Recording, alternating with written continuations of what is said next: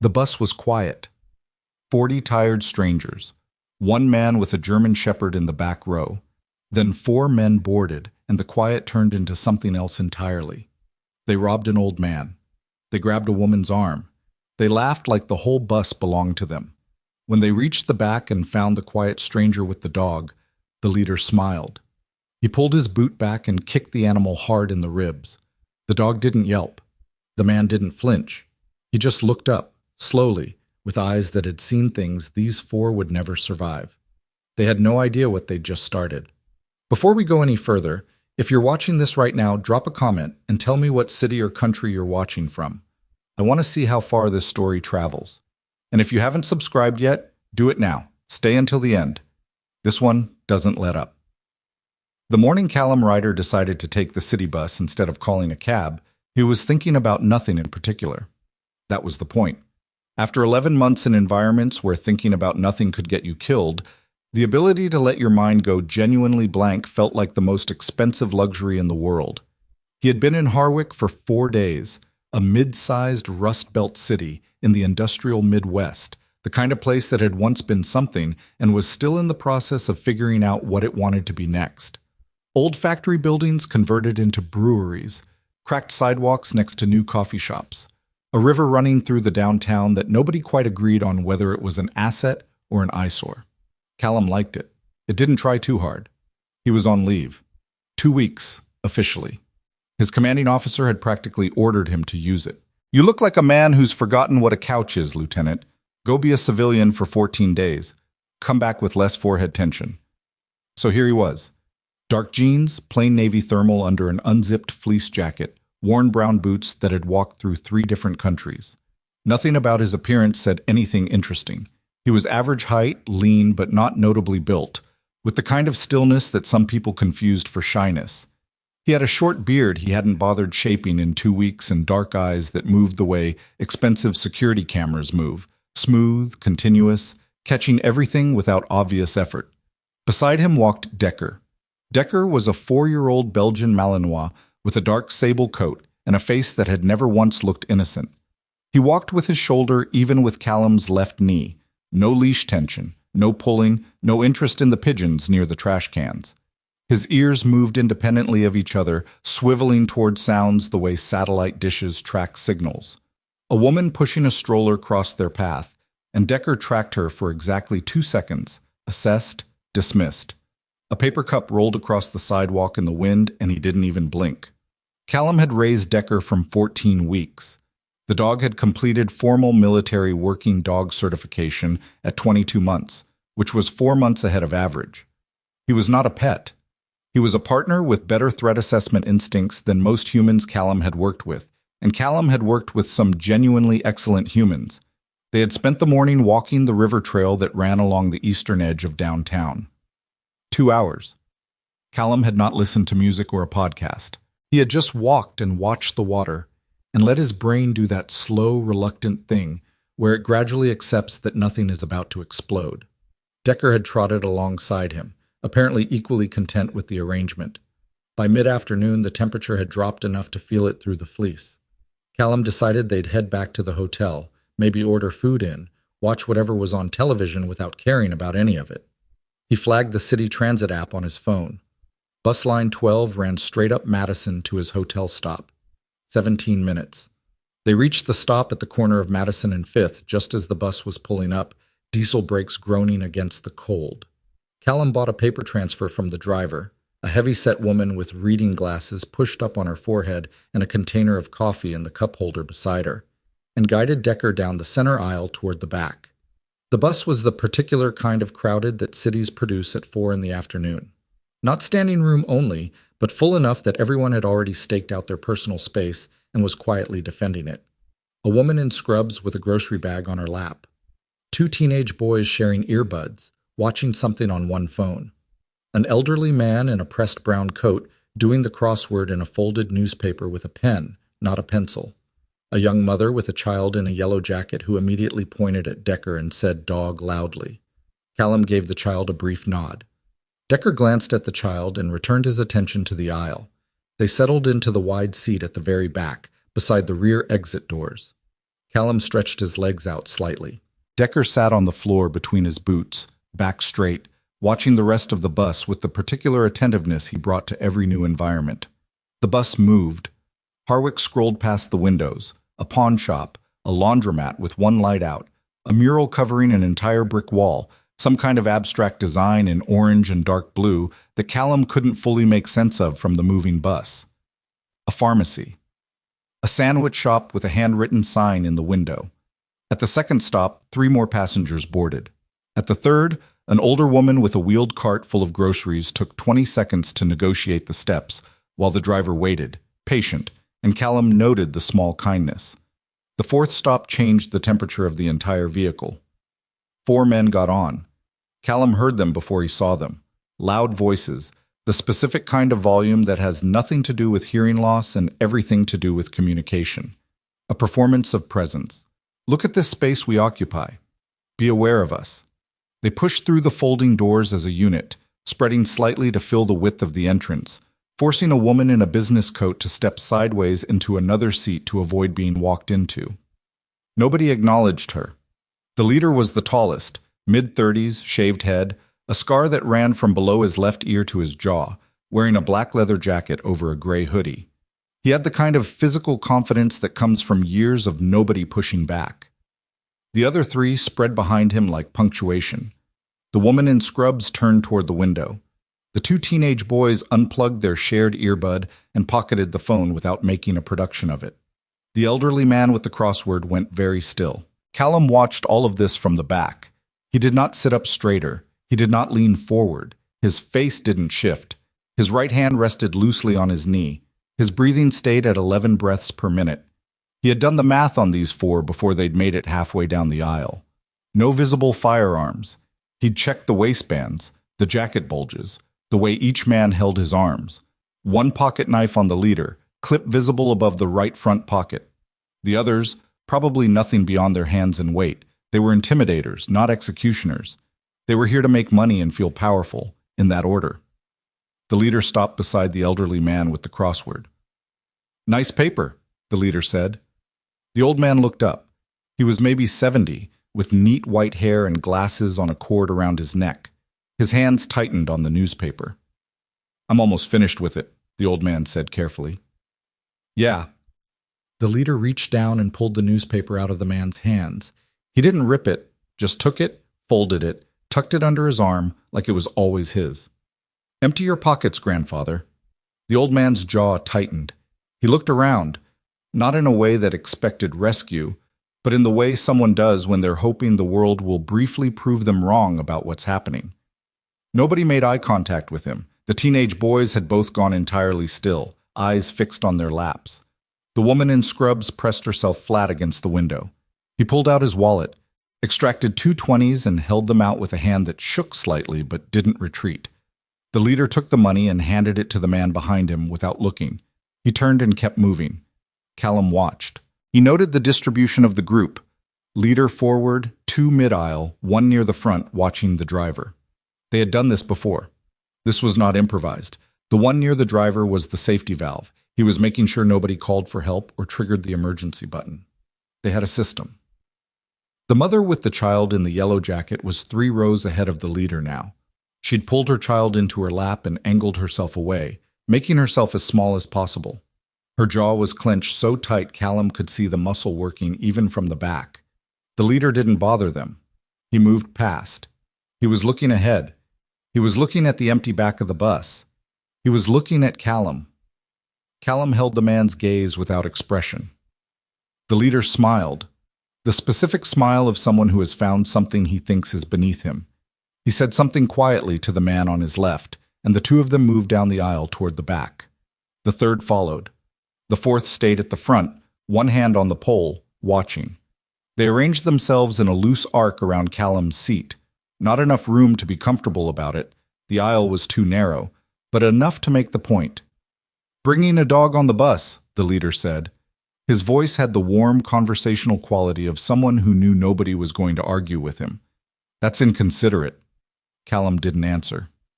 "I'm talking to you, man." "I heard you," Callum said.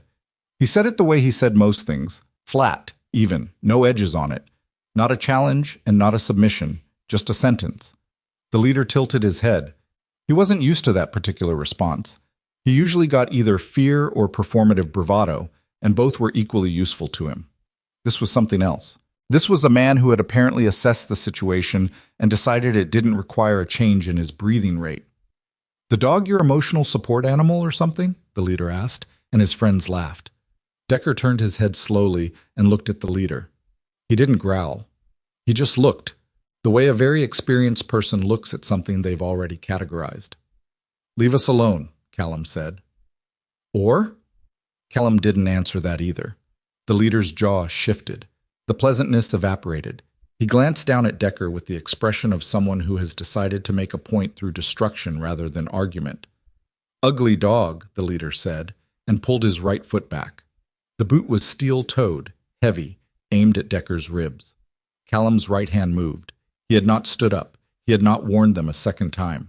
His hand came off his knee, crossed the narrow distance between the seat and the leader's ankle, and caught it in midair with the kind of grip that doesn't negotiate.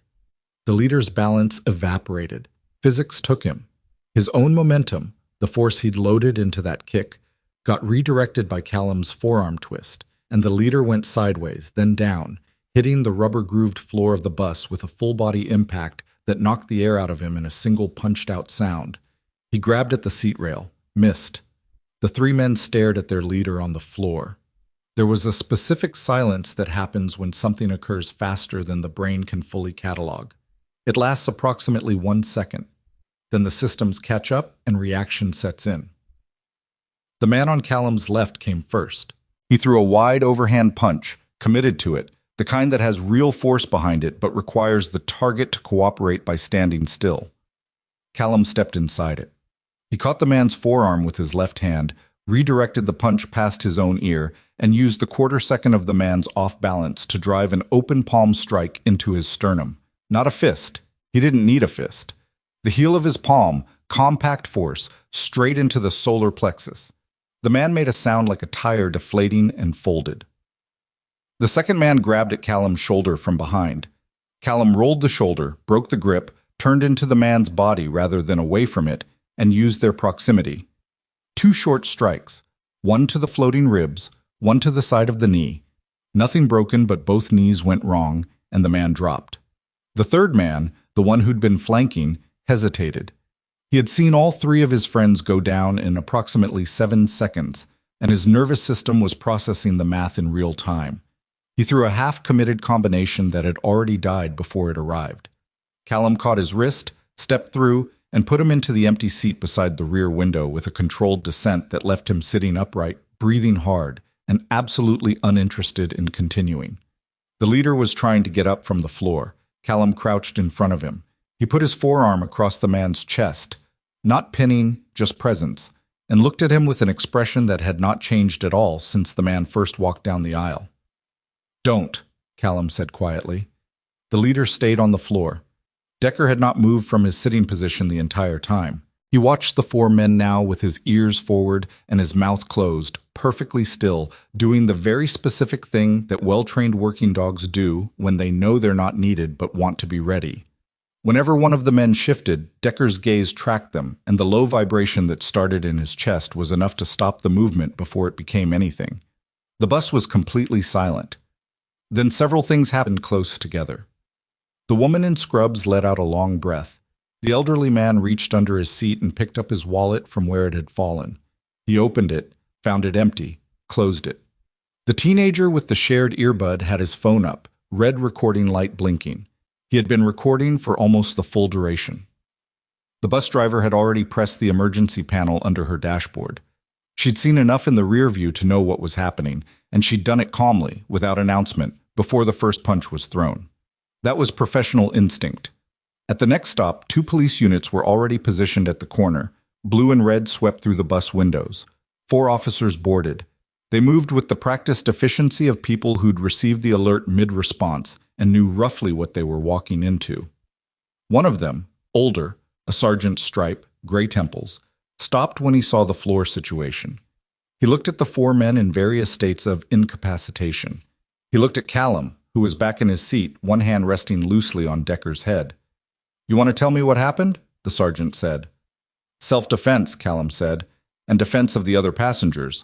They boarded, robbed the man in the brown coat in the third row, then made their way back here. The leader attempted to kick my dog. I responded. The sergeant looked at Decker. Decker looked back at him with the patient expression of a professional. Any weapons on you? The sergeant asked. No. Can I get your ID? Callum produced it from his wallet. He did not volunteer his military status. That was information he'd offer if formally requested, not something he advertised. The sergeant looked at the ID, wrote something, handed it back.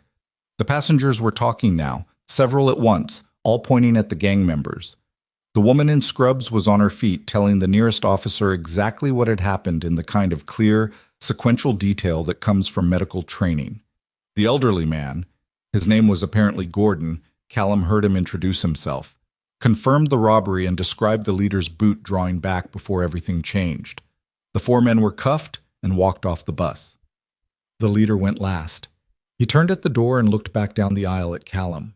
His split lip was bleeding, and his eyes held something that had moved past anger into something slower and colder. He said nothing. The look said enough. Callum watched the door fold shut behind him. He sat back. Decker shifted, pressed his warm shoulder against Callum's boot, and exhaled through his nose. Good boy, Callum said quietly. The bus resumed its route. I was back in the hotel room by 6. He ordered a burger and a side of fries from the place 2 blocks over and ate half of it while reading a book about birds he'd found in the checkout bin at a used bookstore the day before. He was not particularly interested in birds. He was interested in thinking about something that required no operational assessment. Birds qualified. Decker ate his kibble, drank his water, and then lay on the foot of the bed with his chin on Callum's ankle while Callum read. It was the first genuinely quiet evening he'd had in 11 months. He turned the light off at 10:30. At 5 the next morning, his internal clock woke him without the alarm. He lay still for a moment, taking stock, ceiling, curtains, hum of the hotel HVAC, distant sound of a garbage truck. Harwick. Safe house situation, no active operations, no obligations for 6 more hours. He allowed himself to notice this. Then he got up because he had never been able to not get up. He ran through his standard morning routine, floor exercises, cold water on his face, Decker's breakfast, and flipped on the television to check the weather. He wanted to know if the trail by the river would be usable. He was thinking about going back. Maybe taking a different branch this time, toward the old iron bridge he'd seen in the distance. The local news was on. The first image that appeared when the screen flickered to life was his own face. He didn't recognize it immediately. The framing was wrong, the angle low and slightly shaking, clearly handheld. And then he did. The teenager on the bus had uploaded the video. The clip was 23 seconds long. It began with the leader's boot drawing back and ended with Callum sitting back down, adjusting the sleeve of his fleece jacket, while Decker maintained his station. In between, the footage captured everything with the terrible clarity of a modern smartphone camera. The news anchor was calling him the unknown protector. She wanted anyone who recognized him to call the station tip line. The video had nearly 3 million views. Callum stood in front of the television in his socks and looked at his own face on the screen for approximately 4 seconds. Then he picked up the remote and turned it off. He sat on the edge of the bed. Decker put his head in Callum's lap and looked up at him with the attentive brown eyes of a dog who understood something had shifted even if he didn't know what. "We have a problem," Callum said. Decker's tail moved once. Callum reached for his phone and pulled up the transit video on the app himself. Watched it twice.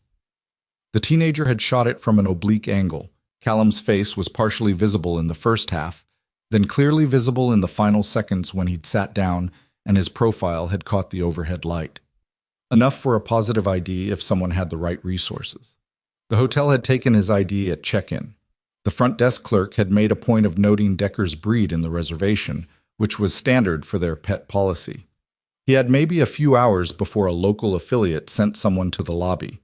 He opened his bag and started packing in the methodical way he'd packed in approximately 40 different countries. Efficiently, no wasted motion, everything in the same place it always went. He changed into a clean pair of dark cargo pants and a plain dark Henley. He pulled a worn gray ball cap down over his eyes. Decker watched the packing process with the philosophical acceptance of an animal who had learned that movement was simply what they did. "Moving out," Callum said. Decker stood immediately. They took the stairs. The lobby clerk was behind the desk with a phone in his hand and the clear expression of someone who had been showing people a photo and asking if they'd seen this guy. He looked up as Callum crossed the lobby. His eyes went from Callum to Decker to his phone screen. He opened his mouth. Callum was already through the glass doors and into the cold morning. 6 miles south, in a building that had once been a textile manufacturing plant and still smelled faintly of industrial oil underneath the renovation, the conversation was not going well. The man running it was named Vincent Marr. Marr was 51 years old and built like furniture, thick, solid, expensive. He wore a charcoal suit without a tie, and the suit was genuinely nice, the kind that didn't come from a mall. He sat in a custom leather chair on one side of a long table. The other chairs in the room were occupied by various members of his organization, all of whom were currently experiencing the particular discomfort of being in a room with a man who is measuring how much blame to distribute. His operational lieutenant, a narrow-shouldered man everyone called Priests, a nickname from a decade ago that nobody remembered the origin of, had laid his tablet flat on the table and pressed play on the video. Marr had watched it without expression. He had watched it a second time the same way. He poured 2 fingers of bourbon from the decanter on the table, drank half of it, set the glass down. "All 4 of them," he said. "Arrested at the stop," Priest confirmed. "Booked by 11. The DA is talking about a list of charges because the bus had witnesses. Multiple witnesses." Marr turned the glass slowly on the table. "The video. 3.5 million views. Local affiliates picked it up by midnight, national networks by 4 a.m. He's on the morning shows. They're calling him the Unknown Protector." "Who is he?" "We don't know yet." Marr looked at the frozen frame on the tablet.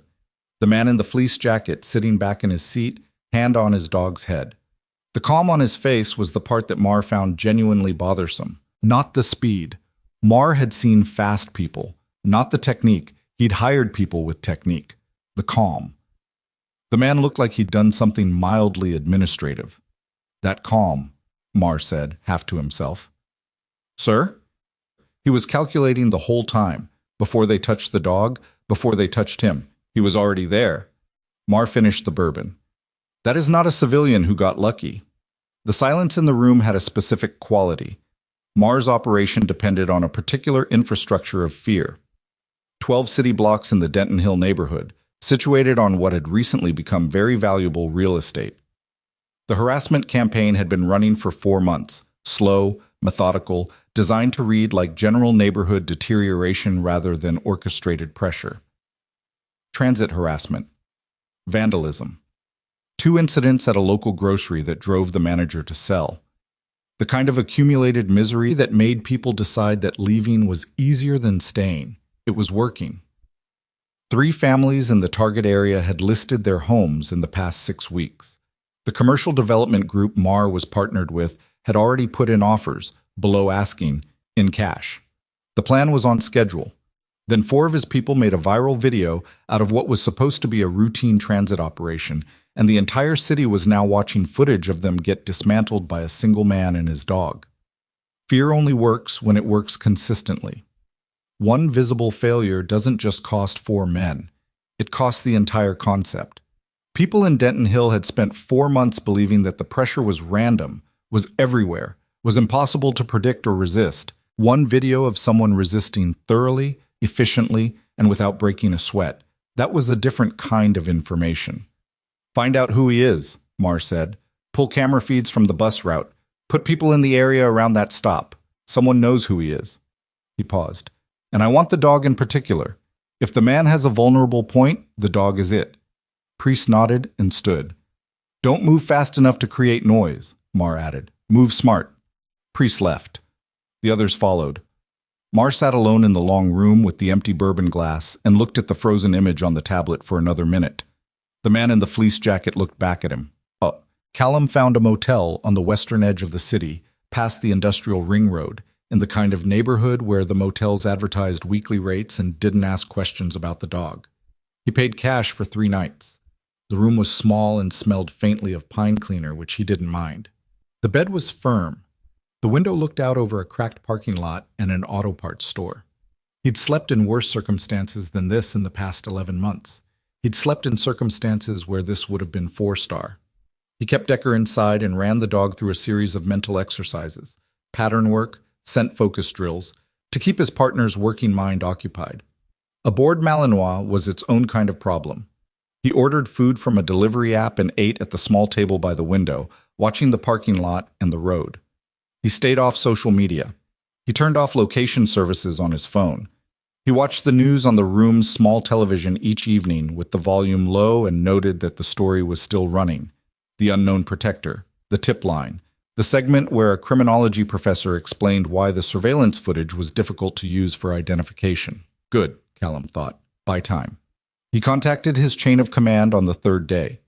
A brief communication, checked in, was aware of the incident, was managing it, would follow up. He wasn't required to report a civilian altercation on leave, but he preferred to get ahead of things. On the fourth day, the fog came. It rolled in from the river in the early evening, thick and damp, turning the streetlights into blurry halos. The temperature dropped 8 degrees in 2 hours. Callum watched it settle over the parking lot and felt the familiar pull of cabin fever, not in a civilian sense, but in the physical sense that a body conditioned to daily intense physical output develops when confined to a small room for 4 days. Decker had been pacing the last 4 feet of available floor space since noon. "All right," Callum said. He stood up. "River trail section's too exposed. There's a park 2 miles west. Wooded, low-foot traffic at night." Decker was already at the door. They left at 8:30. The fog muffled the city sounds and made everything feel strangely close. Callum navigated by feel through side streets he'd mapped on paper before they left. No GPS, nothing digital that could be time-stamped and triangulated. The park was called Hennessy Commons, a large green space with walking trails that disappeared into a dense stand of pines and older hardwoods. At this hour, in this weather, it was empty. They'd been walking for 30 minutes when Decker stopped. Not slowed. Stopped. Full stop, pause planted. The particular rigidity that Callum had learned to read the same way some people read weather. The thick fur along Decker's spine had risen. His nose worked the air in short, rapid pulls. He was staring into the trees to their right, into the fog, at something that wasn't visible yet. Callum unclipped the leash in the same motion he used to remove a safety. He put his hand down, palm open, fingers down. "Stay ready. Quiet." Decker held the point. Callum listened. Whined through the upper branches, distant traffic, the drip of condensation from leaves. Then, underneath those sounds, something else. The particular non-sound of people who are trying not to make sound. The kind of silence that has shape and mass. They were already in position. The red flare went up without warning, a sharp crack, then a streak of light that exploded against the fog ceiling and turned the whole park the color of emergency. The shadows of the trees went long and wrong. The fog glowed. Callum was already moving left toward a stand of thick oaks when the canisters hit the path. 2 of them, then a third, bouncing on the hard dirt with a hollow metallic sound. They hissed immediately, aggressively, the gray-white cloud expanding faster than made sense in the still air. The tear gas hit him at the edge of the cloud. He held his breath and felt his eyes begin to react anyway. The chemical worked on contact with mucous membrane didn't need to be inhaled. His vision went slick and burning, water pouring from his tear ducts without permission, his eyes trying to flush something that wasn't going to flush. He heard Decker bark, deep, aggressive, the warning to combat transition. Then the sound of movement in the trees, multiple people, organized, not panicking. They had masks. They'd prepped for the gas. This wasn't improvised. "Decker, fall back," he shouted, forcing the words through a throat that was already trying to close. What he heard instead was the sound of his dog connecting with something, a grunt, a body hitting ground. And then the sound he had never once prepared himself to hear, despite 11 months of preparation, a sharp, cut-off yelp. Not a bark, not a growl, a yelp. The kind that means contact, the kind that means hurt. Callum moved toward the sound without vision, without a plan beyond the sound itself. He caught one of them, felt the bulk of a gas mask and tactical vest, and put the man on the ground in 3 seconds without being able to see clearly. I was already moving again before the man landed. An engine started somewhere behind the tree line. Close. An access road. He hadn't mapped it because it wasn't on the public trail map. His mistake. Tires on wet asphalt. Acceleration. Receding. Callum stood on the path, eyes streaming, coughing in waves, listening to the engine sound grow smaller. He looked down. The leash was on the ground. Beside it, a heavy-duty electric stun baton, still faintly crackling with residual charge. No Decker. He crouched down on one knee and put his hand on the leash. He stayed there for 4 seconds. 5. The fog moved around him. The red flare had burned out. The park was dark again. When he stood up, something had changed in the way he was standing. He picked up the stun baton and clipped it to his belt. He pulled his small tactical flashlight and swept it across the ground near the tree line. Boot prints, heavy, multiple, the kind that come from tactical footwear with serious tread. They'd spread wide when they moved. Minimum of 6 people, possibly 8.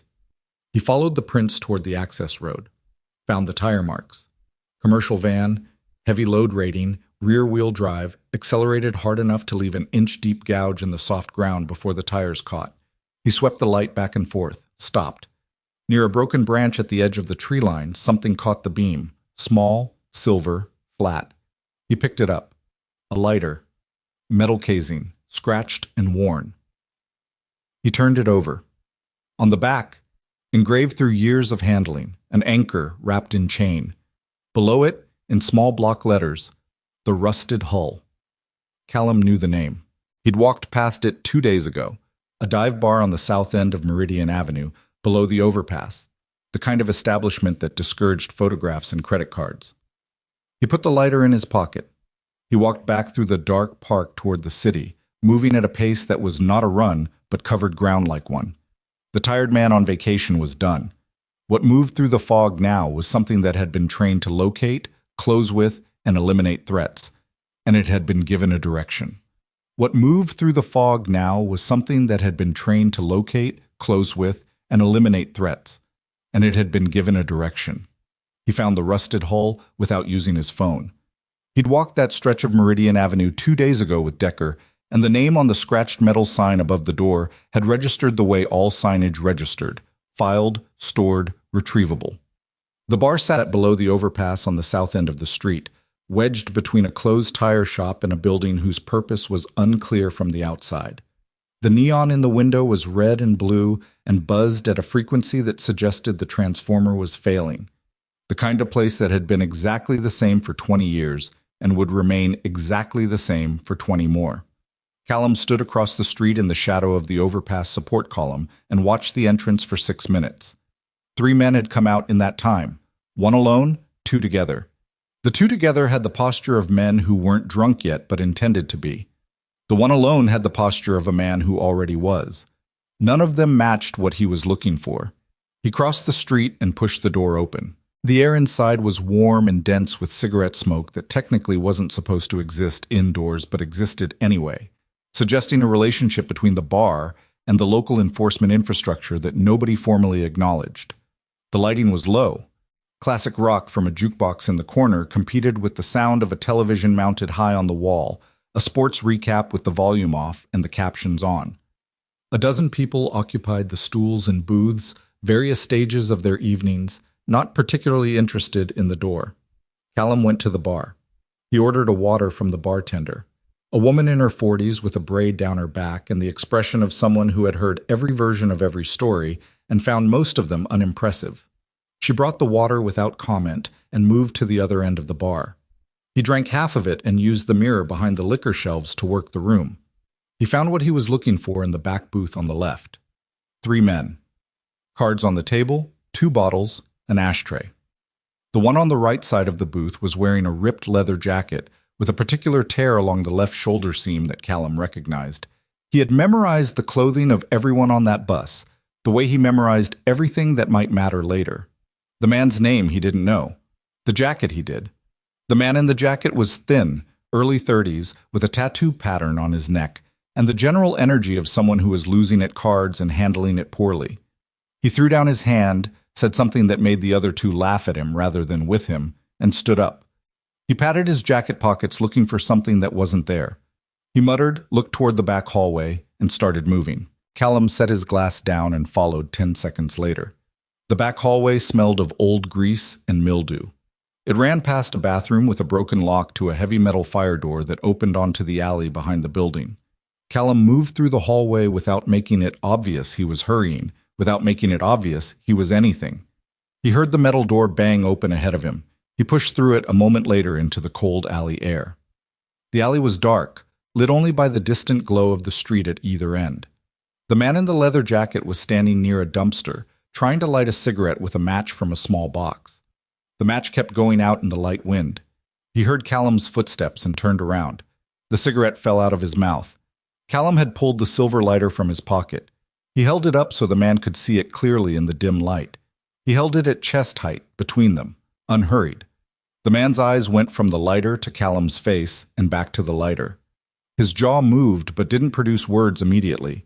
He took a step back and the dumpster stopped him. "You were on the bus," he finally said. His voice had gone thin. "You dropped this in the park tonight," Callum said. He kept his voice level, factual, the same temperature as the air. "You took my dog. You have until I finish this sentence to decide if you'd like to tell me where he is or if you'd like me to help you make that decision." The man's hand moved toward his jacket pocket. Callum's left hand caught his wrist before it got there. He pressed it back against the dumpster with a force that was completely controlled. Not maximum, not theatrical, just enough to communicate exactly how much more was available. The man's face went pale. "I don't want to hurt you," Callum said. "I want information. Those are the only two options available right now." The man's breath was coming fast and shallow. He was genuinely frightened, which was useful, but he was also calculating in the way that low-level operatives calculate when they weigh what their boss does to people who talk against what the man currently holding their wrist is willing to do. Callum watched him complete the calculation. "Mar," the man said. His voice was barely above a whisper. "Vincent Mar. He ordered it. The whole park thing. That was planned. He had people watching you for 2 days." Callum kept his grip steady and his expression unchanged. "The dog." "Eastfield Ironworks, down by the freight docks, off Canal Road. It's his main base. They'd take the dog there." He swallowed. "There's a lot of people there. It's not like the bus. He runs real security on that place." "How many?" "I don't know exactly. 20, 25 inside. Guards on the perimeter." Callum released the man's wrist. He stepped back. The man stayed against the dumpster, not moving, watching Callum the way you watch something that might or might not be finished with you. "Don't go back inside for 15 minutes, Callum said. "Don't call anyone." "I won't," the man said immediately. Callum looked at him for one moment. He believed him, not because he trusted the man's character, but because the man's nervous system had made a unilateral decision and the conscious mind was just ratifying it. He turned and walked toward the far end of the alley, toward Canal Road. The freight dock district at this hour was the kind of quiet that industry produces. Not peaceful, but inert. Machinery idle, processes suspended, the whole infrastructure of moving things around holding its breath between shifts. Massive shipping containers stacked 4 high-formed corridors of corrugated steel. Security lights on poles created pools of yellow illumination with thick darkness between them. The smell was salt water and rust and something chemical underneath, faint, persistent. Callum worked the perimeter of the Eastfield Ironworks from the outside first, staying in the container corridors, using the stacked metal for cover and navigation simultaneously. He moved through 3 complete sides of the property before he had what he needed. The building was large, former industrial processing facility, the kind built in an era when buildings were meant to last a century. Corrugated steel walls, sections of broken glass in the upper windows, a chain-link fence topped with wire running around the entire footprint. The main gate was on the north side. A secondary access point on the east locked with a padlock that was newer than the fence. A ventilation access on the south that had been partially blocked with plywood recently, which suggested they'd identified it as a weakness and patched it imperfectly. He'd clocked 2 men at the main gate, 3 doing a loose patrol circuit on the east and south sides, and at least 2 more visible through the broken windows on the ground floor of the building's interior. That was the visible security. He budgeted for a similar number he hadn't seen. He found the section of fence he was looking for on the northwest corner, where a section of concrete foundation had cracked and dropped 3 inches into the ground over the years, creating a gap between the fence base and the earth. Someone had noticed it and laid a piece of rebar across it, which was the security infrastructure equivalent of putting a paper sign on a locked door. He moved the rebar carefully, set it aside, and went through on his side flat, pulling himself across the damp ground. He was inside. The patrol circuit, he'd timed it, gave him approximately 90 seconds in the dead space between the fence line and the building's east wall before the next pass. He used 70 of them to reach the east access door. The padlock was a 4-pin tumbler, the kind that looked serious but had a weakness in the third pin that every locksmith knew about. He didn't have picks. He had his knife, and the door frame was old enough that the hasp mounting screws had begun to work loose from decades of thermal expansion and contraction. He worked the hasp carefully, quietly, and the screws came free without the door making noise. He was inside the building. The interior was enormous and dark, which worked in his favor more than theirs. He'd operated in conditions of zero visibility. He'd trained for it specifically, the way some people train for specific weather or terrain. The building interior was not zero visibility. There were ambient lights from the upper windows, and something brighter coming from the upper level. Administrative offices or a converted space, a line of yellow light under a door. He let his eyes adjust and began to move. The ground floor was a maze of old machinery, industrial presses, conveyor framework, collapsed shelving systems, all of it heavy and rust-colored and good for cover. He moved through it methodically, clearing quadrants in his head, noting the 2 men he'd seen through the window who were now visible as shapes near a space heater in the northwest corner, their backs to him, neither particularly alert. He was looking for the upper level. He found the stairs on the south end, metal grate construction, the kind that transmitted sound in both directions, which meant he had to be careful about how he weighted each step. He placed his feet on the outer edge of each grate, near the structural support, where the flex was minimal. He took 11 steps over 40 seconds. The upper level was a long corridor of administrative offices, the kind that once housed foremen and supervisors and timesheet clerks. Most of the doors were open, the rooms dark and empty. The line of yellow light came from a door at the far end on the right. He heard Decker before he saw where the dog was. The sound came from a closed door on the left side of the corridor, midway down. A low, continuous vocalizing, not quite a growl, not quite a whine, something between them. The particular sound a working dog makes when he's alert, contained, and waiting. The sound was controlled. Decker was not panicking. He was maintaining. Something in Callum's chest loosened very slightly, then tightened again. He moved toward the door. Heavy steel, with a padlock through a hasp. He pulled the stun baton from his belt and positioned it over the padlock body. He'd need one hard strike, and the noise was unavoidable, so he needed to be committed to moving the instant it connected. He swung the baton hard into the padlock. The lock shattered at the shackle, cheaper than it looked, and the pieces hit the metal floor grate with a sound that, in the quiet of the corridor, was entirely too loud. The voice from behind the lit door stopped immediately. "Who's out there?" A man's voice, mid-range, carrying authority. Callum grabbed the door handle and pulled. The steel door swung open. Decker came out fast and low, the way the dog always came out of a confined space, assessing, not attacking, because he'd been trained to hold until directed. He pressed his side against Callum's leg and looked up at him for exactly 1 second. Then he turned and faced the corridor with the same hard alertness he'd held in the park. Callum checked him quickly in the low light, moving normally, no favoring of any limb. Whatever the stun baton had done to him in the park, it hadn't caused lasting damage. He felt Decker's ribcage, both sides, systematically.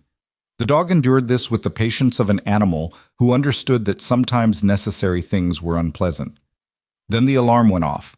It was the kind of alarm that industrial buildings install when they're converted to purposes that require deterrence. A piercing electronic wail that bounced off every metal surface and turned the interior into a complete cacophony. Simultaneously, the halogen work lights on the upper level and ground floor snapped on, flooding the building with the harsh blue-white of construction lighting. Callum looked over the corridor railing at the ground floor. What had been a nearly empty building 12 minutes ago was something else entirely now. Men were emerging from behind machinery, from storage rooms, from areas he hadn't cleared because they'd been dark and inactive. He counted quickly, past 10, still going. They moved with a coordination that suggested they'd run this procedure before. The exits were being covered. Someone was already at the base of the stairs. The two men by the space heater were on their feet. The men he hadn't seen before were filling in the spaces he'd planned to use. Mar had not left the factory empty. He'd left it waiting. Decker pressed harder against Callum's leg, reading the situation from the tension in Callum's body and the noise and the sudden light. His muscles had gone hard under the fur. "Okay," Callum said quietly. Not to himself, to Decker. "We're not waiting for a better option." He looked at the staircase. 6 men below it now, more spreading across the ground floor. If he stayed on the upper level, he'd be cornered into a corridor with one exit. If he went down, he was going into the center of it. He looked at Decker. "Right side," he said. "Big machinery. Go." He didn't wait to see the dog comply. He knew the dog would, and vaulted over the corridor railing. The drop was 15 feet to the ground floor. He took it with bent knees and a forward roll, absorbing the impact across his shoulders. The way you learn to absorb it when falling from things is a professional occupational hazard. He came up in the middle of the floor with men already moving toward him from 3 sides. The first one swung a length of pipe at him from the right. Callum stepped into it, inside the arc, so the pipe passed behind his back rather than across his ribs. He drove his elbow into the man's throat. Not full force, but enough. And the man staggered back into the person behind him. Decker hit the far right cluster at full speed. The dog didn't bite to injure. He bit to disarm. The wrist, the forearm, the weapon hand. And his weight behind the contact was enough to send a man down regardless of what the teeth did. The cluster of men on the right broke apart as Decker moved through them, not staying in contact long enough for anyone to get a reliable grip on him, his dark coat making him difficult to track in the industrial lighting. Callum moved left. The tight spaces between the old machinery worked in his favor, the same way the narrow bus aisle had. It eliminated the numerical advantage by forcing men into a line. You could only come at him from so many angles when you were also trying not to hit each other. He used that geometry ruthlessly. A man with a length of chain tried to wrap it around his arm from behind. Callum turned toward the attack rather than away from it, stepped inside, grabbed the chain midway along its length, and used it to pull the man forward and off balance. He put him down with a palm strike to the ear. Not a punch, a strike. The distinction mattered. And kept the chain, swinging it once to clear space on his left before dropping it. He was taking hits. That was inevitable. 20-plus people in a confined space. He couldn't see all of them simultaneously, and a few landed. A knee to his thigh from someone he hadn't seen coming. A strike across his left shoulder that had enough behind it to go numb for a few seconds. He filed the damage away and kept moving. It took 8 minutes. Longer than the bus. Longer than it felt clean. By the end of it, he was breathing hard and his shoulder was complaining, and 6 of the men were still more or less mobile and had made the decision that leaving was acceptable. He let them go. He was not interested in maximum casualties. I was interested in getting to the upper level. Decker appeared from between 2 pieces of machinery, breathing hard, moving fast, checking in. One ear had a scrape along the inner edge. Someone had grabbed him, otherwise intact. "Good," Callum said. He meant it as a full sentence. Then from the upper-level corridor came a sound, not the alarm, which had been running the whole time, but underneath it. The crash of something heavy falling. Movement, running. Callum looked up at the catwalk in time to see a figure moving fast along the upper corridor toward the far end. The administrative office, the lit room, moving away, trying to find another exit. "Hold position," Callum told Decker. He went back up the stairs, not carefully this time, fast. The lit room's door was open now. Inside, a folding table, a lamp, a cot along one wall, a mini refrigerator, 2 phones on the table with cracked screens. The window at the back was open, cold air pouring through. Callum went to the window. The fire escape drop on the exterior, old iron, bolted to the brick, had a person on it, moving fast, taking the rungs 2 at a time, almost to the ground level. Vincent Marr.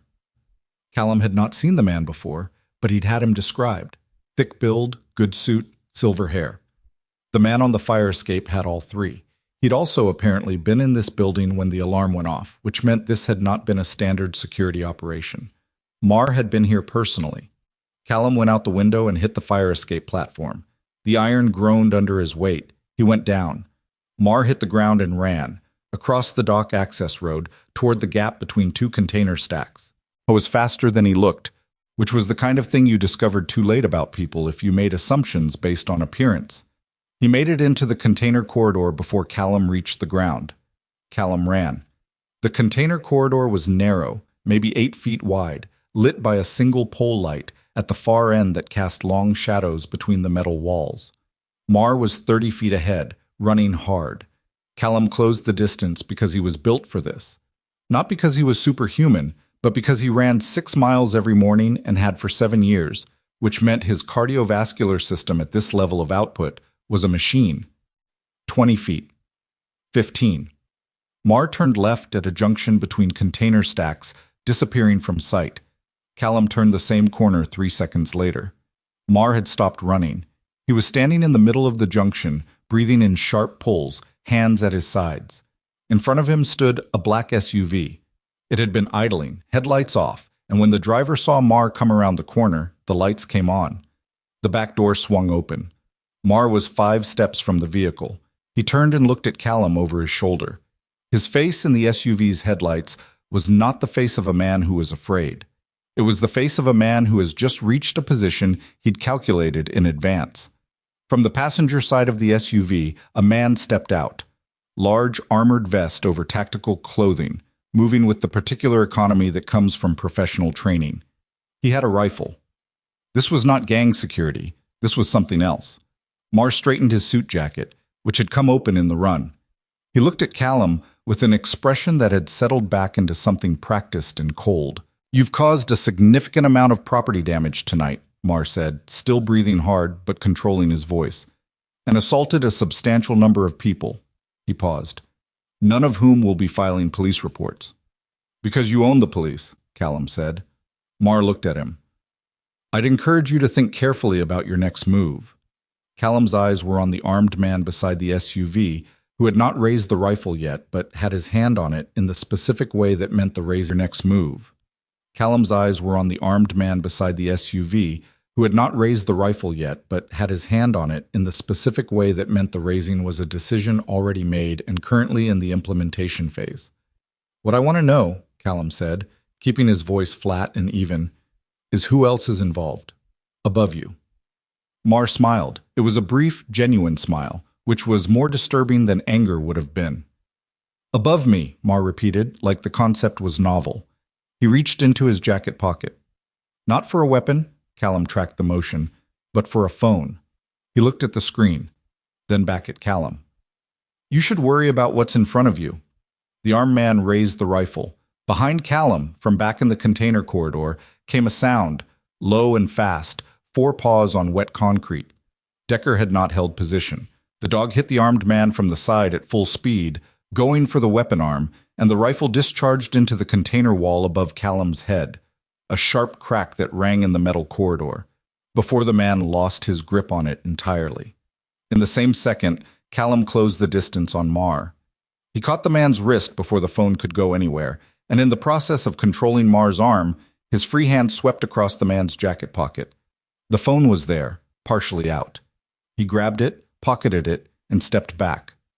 Mar stared at him. For the first time, his expression was uncertain. Decker had the armed man on the ground and was holding him there with the particular confidence of a working dog who has done this before and will do it for as long as required.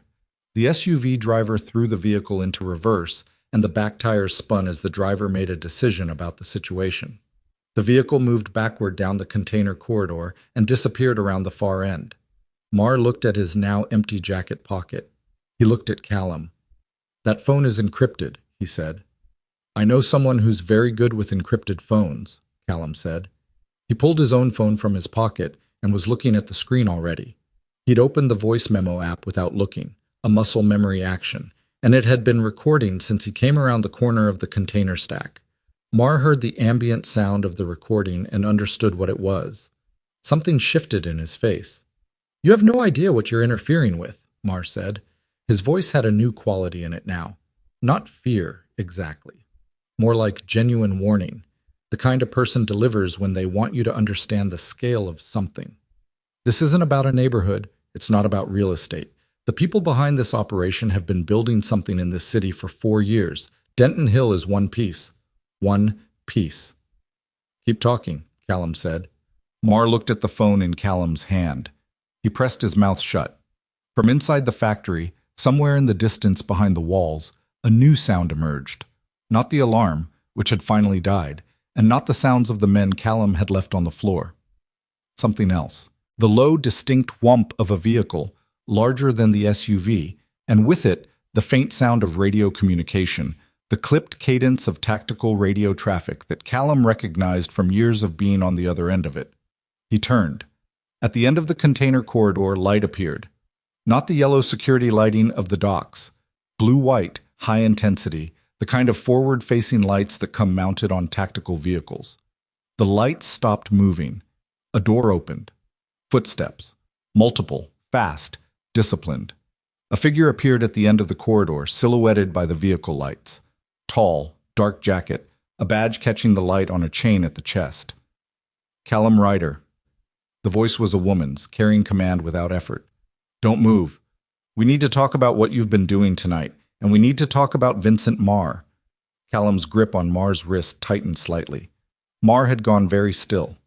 Callum looked at the figure at the end of the corridor. He had not called anyone tonight.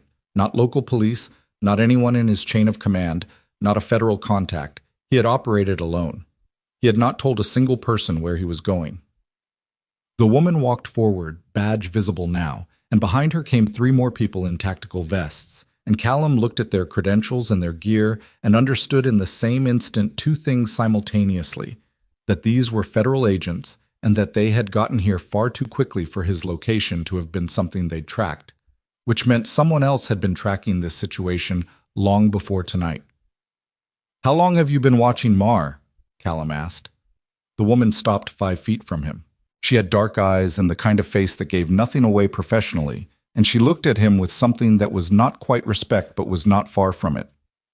14 months, she said, and in the last 40 minutes, you've walked through the middle of a federal investigation and left it looking like a construction site. Marr made a small sound beside Callum, something between a laugh and a cough. 14 months, Callum said. He thought about Decker in the park, the stun baton on the ground, the empty leash. He thought about Marr's phone in his pocket and the voice recording running on his own. He thought about what Marr had said. This isn't about a neighborhood. 4 years. One piece. Then you already know who's above him, Callum said. The woman looked at him for a moment that lasted slightly too long. That's what we've been trying to prove, she said. That's what we've been trying to prove, she said. Her name was Special Agent Dara Voss, and she did not apologize for the 14 months or for arriving 40 minutes into a situation she'd apparently been monitoring from some remove. She handed Callum a card, not as a social gesture, as a transaction. She wanted him to have a number. She wanted him to understand that the conversation they were starting was not optional. Marr was cuffed by the 3rd agent, a broad man with close-cropped hair who handled the procedure with the efficiency of someone who'd done it several hundred times. Marr did not resist. He watched Callum with those flat, calculating eyes while his wrists were being secured, and Callum watched him back, and neither of them said anything for the duration of it. Decker had released the armed man when the federal agents came around the corner. The man was sitting on the wet concrete with his back against a container, holding his forearm, which had 2 puncture wounds that were bleeding into the cuff of his tactical sleeve. Not serious. Decker had held the grip at disarm pressure, not damage pressure, but enough to need attention. Your dog needs to be secured, Voss said, looking at Decker. He's secured, Callum said. Decker was sitting beside Callum's left boot, watching Voss with the composed attention of an animal that had already decided she wasn't a threat, but hadn't decided she was a known quantity. Voss looked at the dog for a moment, read whatever she read, and moved on. They walked Marr out to the vehicles. The tactical team had 2 black SUVs and a cargo van, standard federal configuration for an extraction operation. Callum noted that there were no marked vehicles, no local units, no Harwick PD. That was consistent with what Marr had said on the bus about the local police, and consistent with an investigation that had been running 14 months without triggering the thing it was investigating. He handed Voss his phone with the active recording. He handed her Marr's encrypted phone. She looked at both items, looked at him, and said nothing for a moment that had some weight in it. "The recording started when I came around the container stack," Callum said. Marr made statements about the scope of the operation. He said Denton Hill was one piece of something larger and that it had been building for 4 years. "We know about the scope," Voss said. "Then you know about the political layer." She looked at him the way people look when they're deciding how much to give away. "Get in the vehicle, Lieutenant. We'll talk on the way." They didn't go to a federal field office. They went to a commercial building on the east side of the city, a logistics company, apparently, with a parking lot that could take the vehicles and a ground floor that had been converted, probably months ago, into something functional. Folding tables with laptops. A wall covered in printed photographs and handwritten timelines connected by string and tape. The organized visual language of a long investigation that has accumulated more than it can keep in its head. Callum stood in front of the wall for a moment while Voss got coffee from a machine in the corner. He didn't touch anything. He read what he could see. The photographs were of people, mostly men, various ages. Some in business contexts, suits, meeting rooms. Some in locations that looked like the Dock District, the Denton Hill neighborhood, the kind of street-level photography that came from surveillance. He recognized Marr in 3 of them. He recognized 2 of the gang members from the factory floor. And in the upper right corner of the wall, connected by red string to 4 separate photographs in one printed document, he saw a face he recognized from a different context. He recognized it from a campaign billboard he'd passed on Meridian Avenue 2 days ago when he and Decker were walking. A man with silver hair and a particular kind of official smile, the kind that has been professionally calibrated through years of practice. The billboard had said something about community and safety and the future of Harwick, the kind of language that sounds like it means things. Councilman Dale Reston, District 4, running for his 3rd term. Callum looked at the red string connecting Reston's photograph to the others. Voss brought 2 cups of coffee and handed one to Callum. She followed his gaze to the wall. "How long has he been part of this?" Callum asked. "From the beginning," she said. "The commercial development group that Marr's been clearing land for, Reston has a concealed financial interest through 3 shell companies. He controls the zoning variance process for District 4. He's been using that control to make the development legally impossible for any competing group to pursue, while simultaneously using Marr's operation to drive down property values in the target area. And the police department. 2 senior officers on the district command are on the payroll. They've been misdirecting resources away from Denton Hill for the past 8 months, making sure the complaints go nowhere, the response times are long, the incident reports get lost." Callum drank the coffee. It was bad coffee, the kind that comes from a machine that hasn't been cleaned recently. He drank it anyway because his body had been running on adrenaline for 3 hours and needed something to begin the transition out of it. "You have 14 months of evidence," he said. "What's the problem?" Voss sat on the edge of a folding table. She looked tired in a way that suggested the tiredness was not from tonight, but from something that had been accumulating much longer. "Marr's financial records are clean on the surface. The shell company structure is sophisticated. We know what it is, we can see the shape of it, but proving the connection to Reston requires either a financial record we can't currently access or a direct witness who can testify to the relationship between Marr's operation and Reston's office."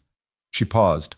"Every witness we've identified has either left the city, declined to cooperate, or in 2 cases experienced incidents that made them unavailable." Callum looked at her. "They got to witnesses," he said. "They got to witnesses," she confirmed. He thought about Marr's phone, encrypted, Marr had said, with the particular confidence of someone who had been told it was secure. But confidence in encryption was usually confidence in the technology, not in the metadata. The contact logs, the call durations, the cell tower records that existed independent of the encryption. And phones talked to other phones through infrastructure that the phone's owner didn't control. "The phone I gave you," Callum said. "Our tech team is on it. We'll know more by morning." "What does Marr say?" "Marr hasn't said anything. He asked for his attorney within 40 seconds of being cuffed, which is consistent with someone who has been prepared for this eventuality." Callum set his cup down. He thought about what Marr had said in the container corridor. 4 years. One piece. The statement had not been boasting. It had been warning, and people who issue warnings about scale do so because they want you to understand that removing one component doesn't remove the machine. "Reston knows Marr was taken tonight," Callum said. It wasn't a question. Voss looked at him steadily. He knew before we finished loading the vehicles. The SUV driver. We assume so. Callum thought about what a man like Reston does when his operational layer is compromised. He thought about the two witnesses who had experienced incidents.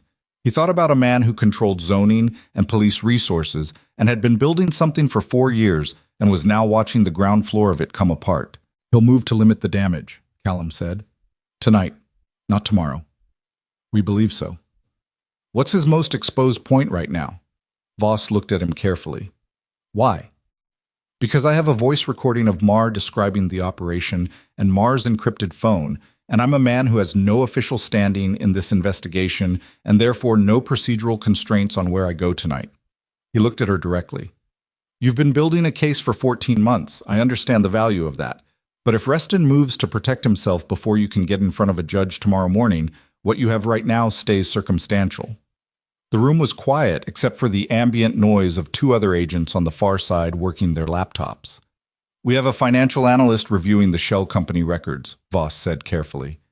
If we can get confirmation of a direct transaction, anything that connects Reston's personal accounts to Mar's operational funding, that changes the case entirely.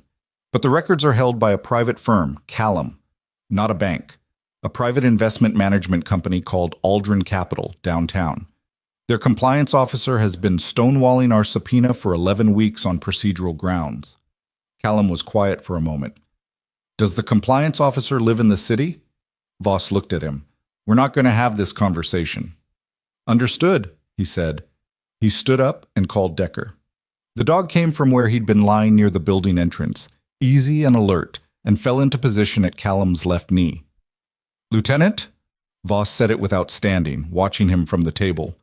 If you go outside the boundaries of what I can sanction, anything you develop cannot be used. I know the rules, Callum said. And if Reston has protection, we haven't mapped yet. Then I'll find out what it looks like. He picked up his jacket from the chair where he'd set it and put it on. His shoulder had stiffened in the warmth of the room, and the motion of lifting the jacket produced a specific complaint from the muscle that had taken the hit in the factory. He noted it without comment and rotated the shoulder once to keep it from locking. He walked out. The name of the compliance officer was something Callum found in 30 minutes, using a combination of the business registration database accessible through Harwick's public records portal and a LinkedIn search that required no login. The man's name was Everett Hollis. He was 53, had a professional photo that suggested he took his image seriously, and his business address at Aldrin Capital was listed publicly. His home address required slightly more work, a property tax record search, cross-referenced with a vehicle registration that Callum accessed through a contact in his phone who worked a federal database and owed him a professional favor from 11 months ago. Hollis lived in a residential neighborhood called Cartwell Heights, in a house that sat at the end of a cul-de-sac. Callum walked rather than took transport, because walking didn't create a record and he needed the 40 minutes to think. The shoulder was getting worse as the adrenaline metabolized. The muscle had taken a blunt impact with significant force and was now doing what impacted muscles do, swelling into the surrounding tissue, reducing range of motion, making itself known. He could still use the arm. He couldn't use it the way he'd been using it 3 hours ago. He noted this the way he noted all tactical limitations, not with concern, with accuracy. Cartwell Heights was the kind of neighborhood where the houses were large enough to have proper yards, and the street trees were old enough to make a canopy. Quiet, at this hour. The cul-de-sac had 4 houses, Hollis's at the far end, lights on in 2 windows on the ground floor. Someone was awake. Callum stood outside the streetlight radius and looked at the house for a few minutes. No additional vehicles in the drive beyond a sedan and a small SUV, both registered to Hollis. No movement in the lit windows that suggested guests or elevated activity. A normal Tuesday night at a compliance officer's house. He walked up the path and knocked on the door. He knocked because the alternative was more complicated and because he wanted to see what state the man was in before he decided how to approach the conversation. A man who answers his own door at 11:30 on a Tuesday is a man who isn't afraid yet. The door opened after 20 seconds. Everett Hollis was shorter in person than his professional photo suggested. The photo had been shot from below, a subtle angle. He was wearing a cardigan and reading glasses on the end of his nose. He looked at Callum, then at Decker, then back at Callum. His expression was the specific confusion of someone who cannot place a face but feels they should. "Mr. Hollis," Callum said, "my name isn't important right now. What's important is that Vincent Marr was arrested tonight, and in the next few hours someone is going to contact you about Aldrin Capital's relationship with Marr's operational accounts." Hollis went very still. "I'm not from law enforcement," Callum continued. "I'm someone who needs you to understand that the person who contacts you is not going to be the most dangerous person you speak to tonight." "I don't know what you're talking about," Hollis said. His voice was steady, but the hands holding the door frame were not. "You've been blocking an FBI subpoena for 11 weeks, Callum said. "That's a professional decision. The question is whether it's been a voluntary professional decision or whether someone has been making the choice for you." A long pause. "Who sent you?" Hollis asked. "Nobody sent me. That's the point." Hollis looked at Decker again. The dog had sat down on the porch, perfectly composed, which Callum had found over the years had a specific effect on people in tense situations. Dogs made honesty feel more possible. He didn't know why, but it was consistent enough to be reliable. "You should come inside," Hollis said, finally. The conversation lasted 40 minutes. Hollis was not a criminal. He was a man who had made a procedural decision under pressure, a pressure that had started as a phone call from a senior partner at the firm 11 weeks ago and had escalated in stages to include a meeting he hadn't requested with a man he'd never met who knew things about his family that a stranger should not have known. His daughter attended a specific university. His wife ran at a specific park on Tuesday and Thursday mornings. The information had been delivered without explicit threat, which was worse, somehow, than an explicit threat would have been. He had been blocking the subpoena because he'd been made to understand that cooperation had costs he was not willing to pay. What Hollis had, and what the FBI's subpoena was trying to access, was a set of internal transfer records from Aldrin Capital's private client accounts. 3 transfers, across 14 months, from a holding entity that traced back through 2 shell layers to a personal account registered to Dale Reston. The transfers had gone to a numbered account that Hollis had been told was a legitimate investment vehicle, but had suspected, since the third one, was something else. He had the records on the firm's internal servers. He had his own personal copies on an encrypted drive, which he had made because he was a compliance officer, and compliance officers make copies of things that feel wrong. Professional instinct, the same way Callum's hands made grips and the bus driver pressed emergency buttons. "Will you testify?" Callum asked.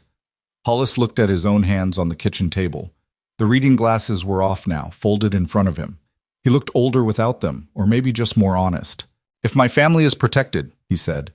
"If that's guaranteed in writing before I say another word to anyone official." "I can't guarantee that. I told you I'm not law enforcement." "Then why are you here?" Callum thought about how to answer that accurately. "Because I'm someone who ran into this situation by accident and stayed in it because a dog was taken. And somewhere between the park and the factory, I stopped being able to not see the rest of it." Hollis looked at him for a moment. Something in the answer apparently satisfied a condition Hollis had not stated aloud. "I have a contact," Hollis said, "at the FBI. She called me 7 weeks ago. I didn't answer." "Voss?" Callum said. Hollis blinked. "You know her." "Call her now," Callum said. "Tonight." He pulled Voss's card from his pocket and set it on the table between them. Then he stood, called Decker, and walked toward the front door. "Why tonight?" Hollis asked behind him. "Why not wait until—" "Because Reston knows Marr is in custody," Callum said, "and he's been making decisions tonight, and by morning some of those decisions will be harder to undo than they are right now." He left Hollis with the card and the encrypted drive and the phone and walked back out into the cold.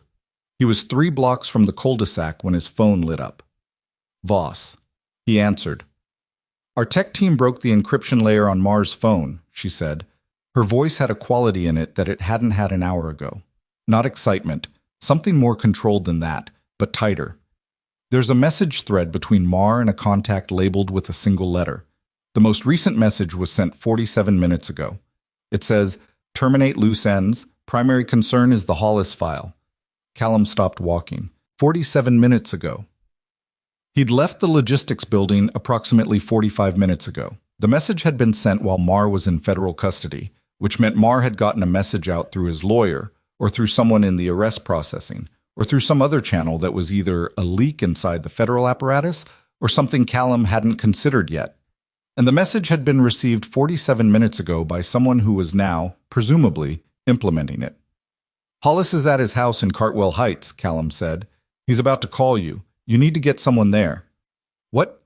Now, Voss." He was already running. Decker matched his pace without being told, close on his left, the dogs breathing easy and rhythmic against the sound of Callum's boots on the wet sidewalk. 2 blocks. Then 1. He came around the corner of the cul-de-sac at a run and stopped. The lights in Hollis's front windows that had been on when he left were off. All of them. And a dark sedan he had not seen before was parked at the mouth of the cul-de-sac with its engine running, exhaust vapor rising white in the cold air, and the driver's side door was open and empty. And a dark sedan he had not seen before was parked at the mouth of the cul-de-sac with its engine running, exhaust vapor rising white in the cold air, and the driver's side door was open and empty. Callum did not slow down. He changed direction, left, off the sidewalk, cutting across the neighboring yard, staying low and using the tree line running along the property edge. Decker moved with him, matching the angle without a command, reading the situation from Callum's body, rather than waiting for words. The front of Hollis's house was dark. The garage door was down. He came around the left side of the building, staying tight to the exterior wall, and found the rear of the property. A fenced backyard, a gas grill under a tarp, a patio table with the chairs stacked on top for winter. A window on the back left of the house was broken. Recently. The glass was still moving, a small piece of it catching the neighbor's security light as it rocked on the sill. Callum went through the window. He knew going through broken glass was objectively a poor entry method. The alternatives, waiting, going around front, calling Voss and standing outside while the situation resolved itself, were worse. He turned his shoulder, protected his face, and went through in one committed motion. He landed in what was a utility room, washer and dryer, shelf of cleaning products, the smell of laundry detergent and cold air from the window. He stopped, listened. The house was not silent. From somewhere ahead, the kitchen or the hall beyond it, came the sound of a voice. Low, male, not Hollis's particular register. Then another sound, closer to a piece of furniture moving, something with weight dragged or shoved. Callum moved through the utility room into the kitchen. He went around the kitchen island and stopped at the doorway to the hall. One man. Mid-30s, dark jacket, the build of someone who goes to a gym specifically to be useful in situations like this one. He had Hollis against the hallway wall, one forearm across the man's chest at throat height, his other hand extended toward the small table near the stairs. On the table was the encrypted drive that Callum had seen Hollis take from a kitchen drawer 30 minutes ago. The man hadn't heard Callum come in. I was focused on Hollis, who was making the specific strangled non-sound of someone whose airway is partially compressed and who has stopped trying to speak because breathing is taking priority. Callum crossed the kitchen doorway in 4 steps. The man heard the 4th step. He started to turn. Callum got to him before the turn completed. He came in from the right side behind the man's line of sight and got his right arm around the man's neck. Not a choke, not immediately, just control, breaking the connection between the forearm and Hollis's chest.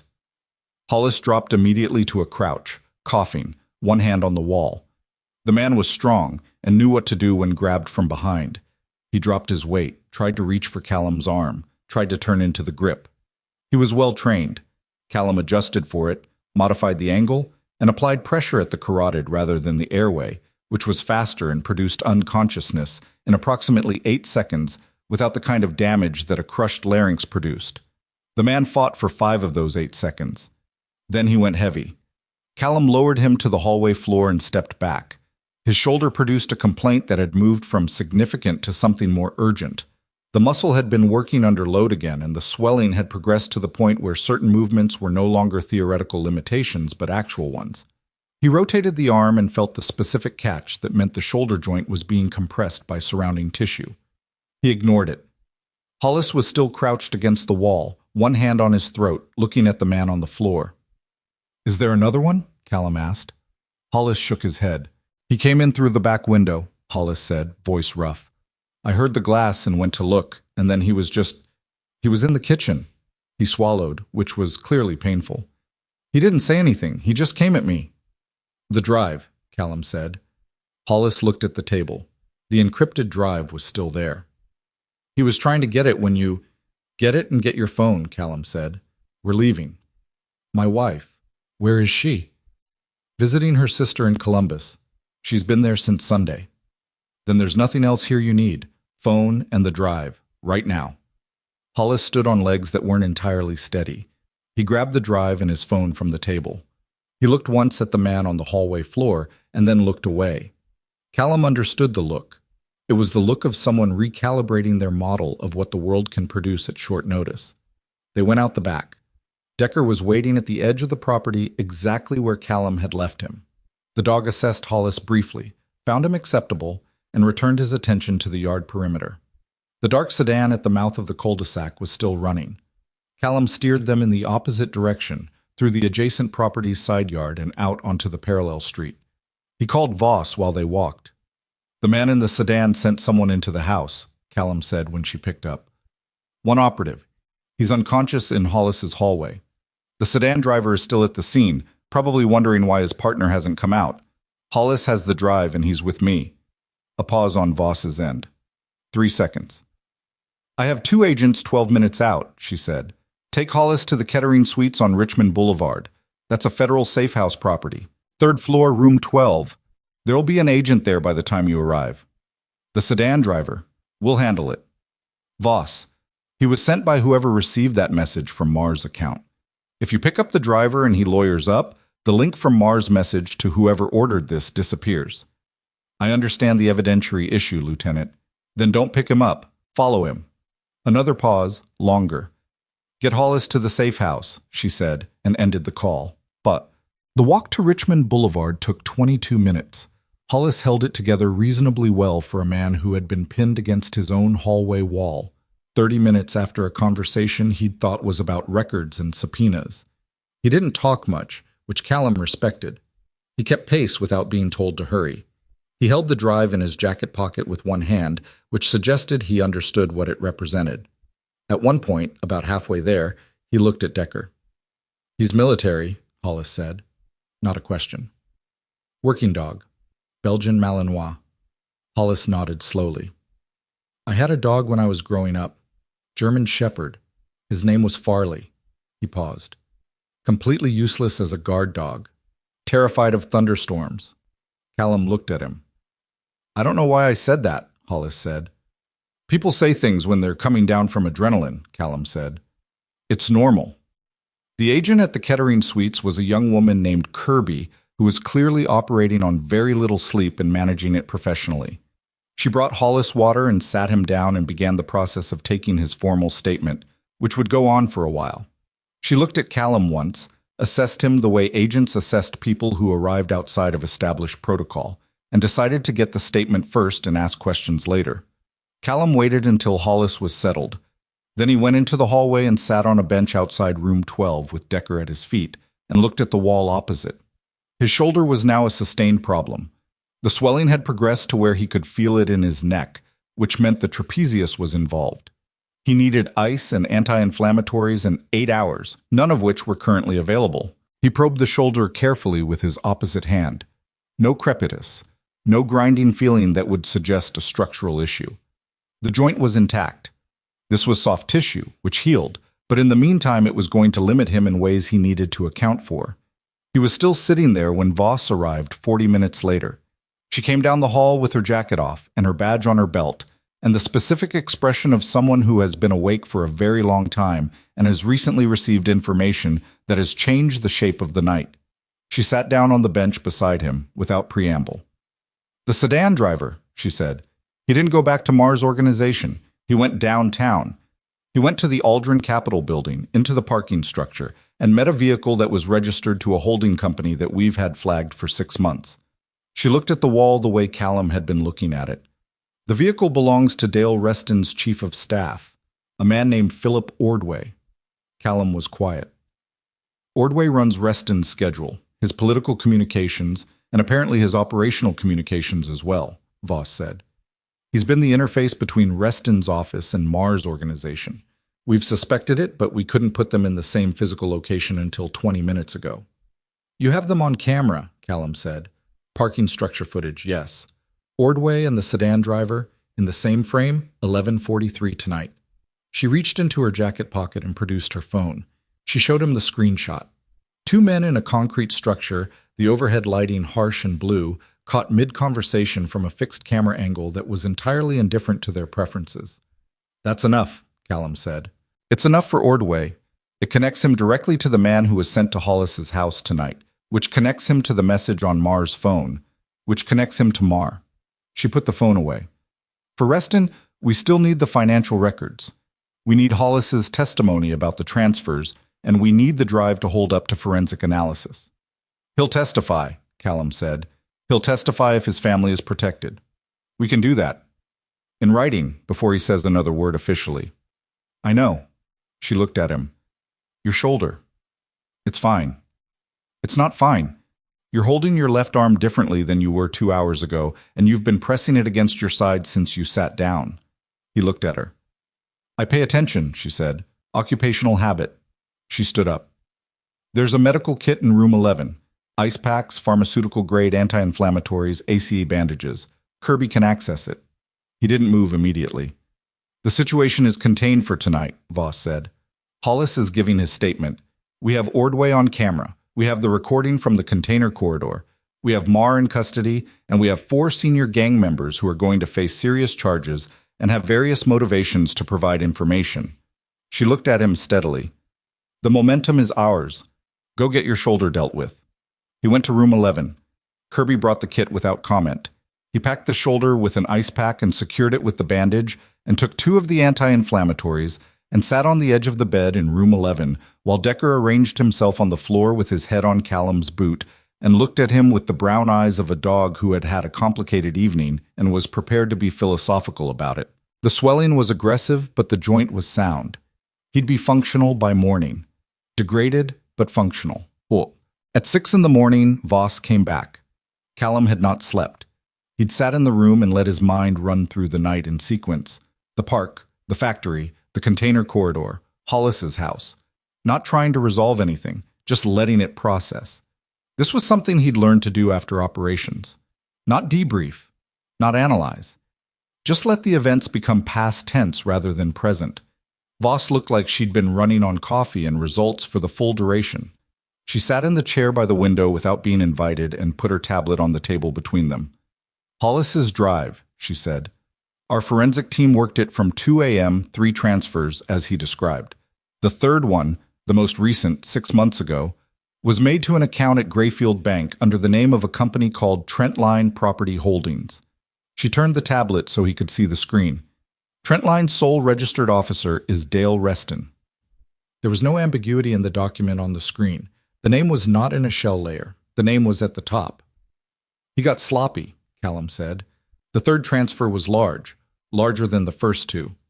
We think there was pressure to move the money quickly, probably coinciding with the timeline of the development approval process. And somewhere in that pressure, someone made a registration error and used the direct name instead of the holding structure. She closed the tablet.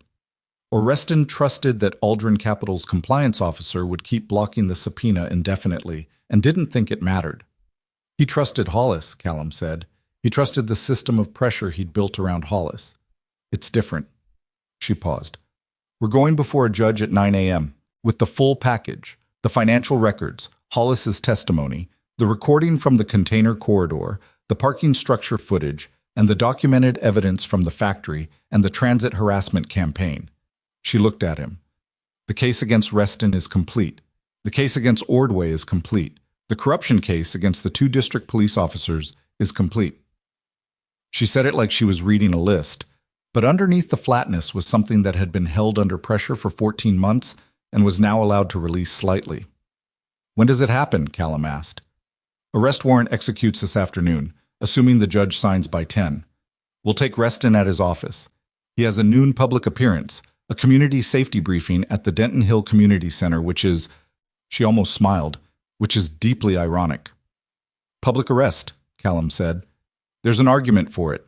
If we do it at his office quietly, it takes 48 hours for the public to understand what happened. And in that window, there's room for narrative management by his political apparatus. If we do it at a public event, in front of cameras and constituents, it's cleaner, Callum said, for the people in Denton Hill. Yes, she said. The people who've been living under this operation for 4 months deserve to see it end in a way that's legible to them, not a press release 2 days later. He thought about the elderly man on the bus, about the mother pulling her child in the yellow jacket into her lap, about the accumulated months of deliberate misery that had been administered to a neighborhood by people in suits who had decided the residents were a problem to be solved by making their lives intolerable enough that they left. I want to be there, Callum said. Voss looked at him for a moment. You're not federal law enforcement. I know what I am. You're a man who has spent the last 12 hours operating in ways that have created significant evidentiary complications for my team. And without those complications, Callum said, Hollis doesn't call you. The drive doesn't exist. Reston's name stays inside a shell company. She looked at the wall. She was making a calculation he couldn't fully see. You'll be in the back, she said finally. You're a witness. That's all. The Denton Hill Community Center was a single-story building with a painted cinder block exterior and a parking lot that was nearly full by 11:45. The community safety briefing had been on Reston's public calendar for 6 weeks, scheduled long before last night, a piece of the ongoing performance. The councilman coming to the neighborhood he was systematically destroying to tell the residents he was committed to their safety. Callum arrived with Voss's team in an unmarked vehicle. He wore clean clothes. Voss had sourced a plain dark jacket from somewhere, and he'd put it on over his own shirt. His shoulder had improved with the ice and medication to the point where it was manageable rather than limiting. Decker was in the vehicle, which was the right call. The dog had done his work. Inside the community center, folding chairs arranged in rows, a low stage at the front with a podium, fluorescent lighting, the smell of the coffee urns that had been set up along one wall. Maybe 60 people. Residents, some older, some families, a few younger people with the particular attention of those who had been watching the neighborhood's decline closely and were here because they didn't know what else to do but show up. Callum took a position near the back wall. Voss's people were distributed, 2 at the exits, 1 along the side wall, 1 outside at the vehicles. The local media presence consisted of a single camera operator from a regional news station who had been told there would be a policy announcement worth covering. There had been a deliberate decision not to tip the press. Whatever they captured would be what they captured. Reston arrived at noon exactly. I was taller in person than in photographs, with the kind of entrance that came from years of knowing how to use a room. Handshakes distributed efficiently, his name said with warmth to 3 people he apparently recognized. A brief exchange with the community center director that produced a laugh. He wore the gray coat from the billboard. He looked like the specific kind of competent that makes people feel safe rather than suspicious. He took the podium. He spoke for 6 minutes. Callum listened to it with the particular attention of someone who now knew the complete structure behind every sentence. The councilman's concern for Denton Hill residents, his commitment to improving public safety, his personal investment in ensuring the neighborhood's future. The language was practiced and emotionally calibrated and entirely empty. The door at the side of the room opened. Voss walked in. She was holding her badge in her left hand.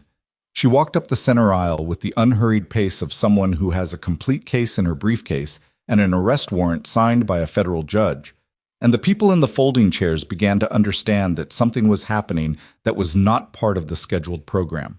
Reston saw her coming. His expression underwent a rapid sequence of adjustments, confusion, then recognition, then the professional reassembly of a man who had prepared for this possibility and believed he could still manage the room. He could not manage the room. Voss stepped onto the low stage. "Councilman Dale Reston," she said. Her voice carried without effort in the community center's acoustic space. She held the badge up clearly. "Special Agent Dara Voss, Federal Bureau of Investigation. You're under arrest for conspiracy to commit wire fraud, bribery of public officials, conspiracy to deprive citizens of their civil rights, and money laundering." She turned to the 2 agents who had moved up the side aisle behind her. 2 of Reston's district police contacts are being taken into custody simultaneously at the 9th District Precinct. His chief of staff, Philip Ordway, is currently in federal custody. Reston's attorney instinct kicked in immediately. He raised one hand and said, very clearly, I have nothing to say without legal counsel present, which was the correct thing to say and achieved precisely nothing regarding the handcuffs. The camera operator in the back of the room had been rolling for the last 90 seconds. The residents in the folding chairs watched in a silence that was not the silence of shock, but the silence of people who have been told for months that nothing would change, watching something change. Callum stood at the back wall and watched Reston walk out between two federal agents and felt something settle, not satisfaction exactly, and not the clean resolution that stories were supposed to have. More like the end of a specific tension, the kind that had been running through the neighborhood for months and through his own body for the past 12 hours, released all at once. An older woman in the third row, she was wearing a red cardigan and had the hands of someone who did physical work, watched Reston go through the side door. Then she turned and looked around the room, looking at the other residents. Nobody said anything for a moment. Then she said, quietly but audible in the silence, "Finally." The word moved through the room in a way that Callum felt in his chest. The debrief was thorough and long and took place in the logistics building with better coffee than the machine had produced the night before. Callum gave his account in full. Every decision, every location, every piece of information obtained and how it was obtained. He described the voice recording, which was already in evidence. He described the contents of the conversation with Hollis, which was corroborated by Hollis's own testimony. He described the entry into the factory and the prior events in the park without minimizing or embellishing.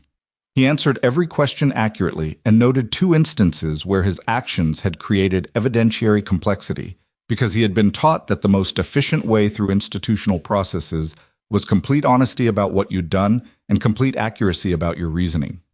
Voss sat across from him for the last portion of it. The 2 agents taking notes finished and left the room, and she sat with her hands on the table and looked at him with an expression that had worked through the professional layers and arrived somewhere more direct. "You understand that the bus incident, the original bus incident, was documented and will be reviewed by your command," she said. "I know. The assessment is unlikely to be negative. The video, the police report, and 6 civilian witness statements all confirm the same account." "I know," he said again. "That's not what I'm worried about." She looked at him. "What are you worried about?" He thought about it honestly. Whether the people in Denton Hill understand what happened, whether they know that what was done to them was intentional, whether the process that comes next, the trials, the news coverage, the legal procedures, makes that clear or buries it in procedure. Voss was quiet for a moment. "The arrests were made at a public event in their neighborhood," she said, "with their camera. The charges are specific and comprehensible. Reston's name is on a direct financial record with no layers between it and the money." She paused. "It's as clear as these things get." He nodded slowly. "There'll be a press conference this afternoon," she said. "My field director is handling it. Your name will not be mentioned, per your request." He'd made the request an hour earlier. He didn't want his name in the press coverage. He had a week of leave left and a hotel room to find, and a dog who had done exceptional work and deserved a long walk somewhere that didn't smell of industrial rust and tear gas. "The residents of Denton Hill will want to know who—" she started. "They know a man on the bus stood up," Callum said. "They have the video. That's enough." She looked at him for a moment longer than felt entirely professional. "Your shoulder," she said, "getting better. You should have it properly assessed." "I will." He stood. "Is there anything else you need from me officially?" "Not today." She stood as well.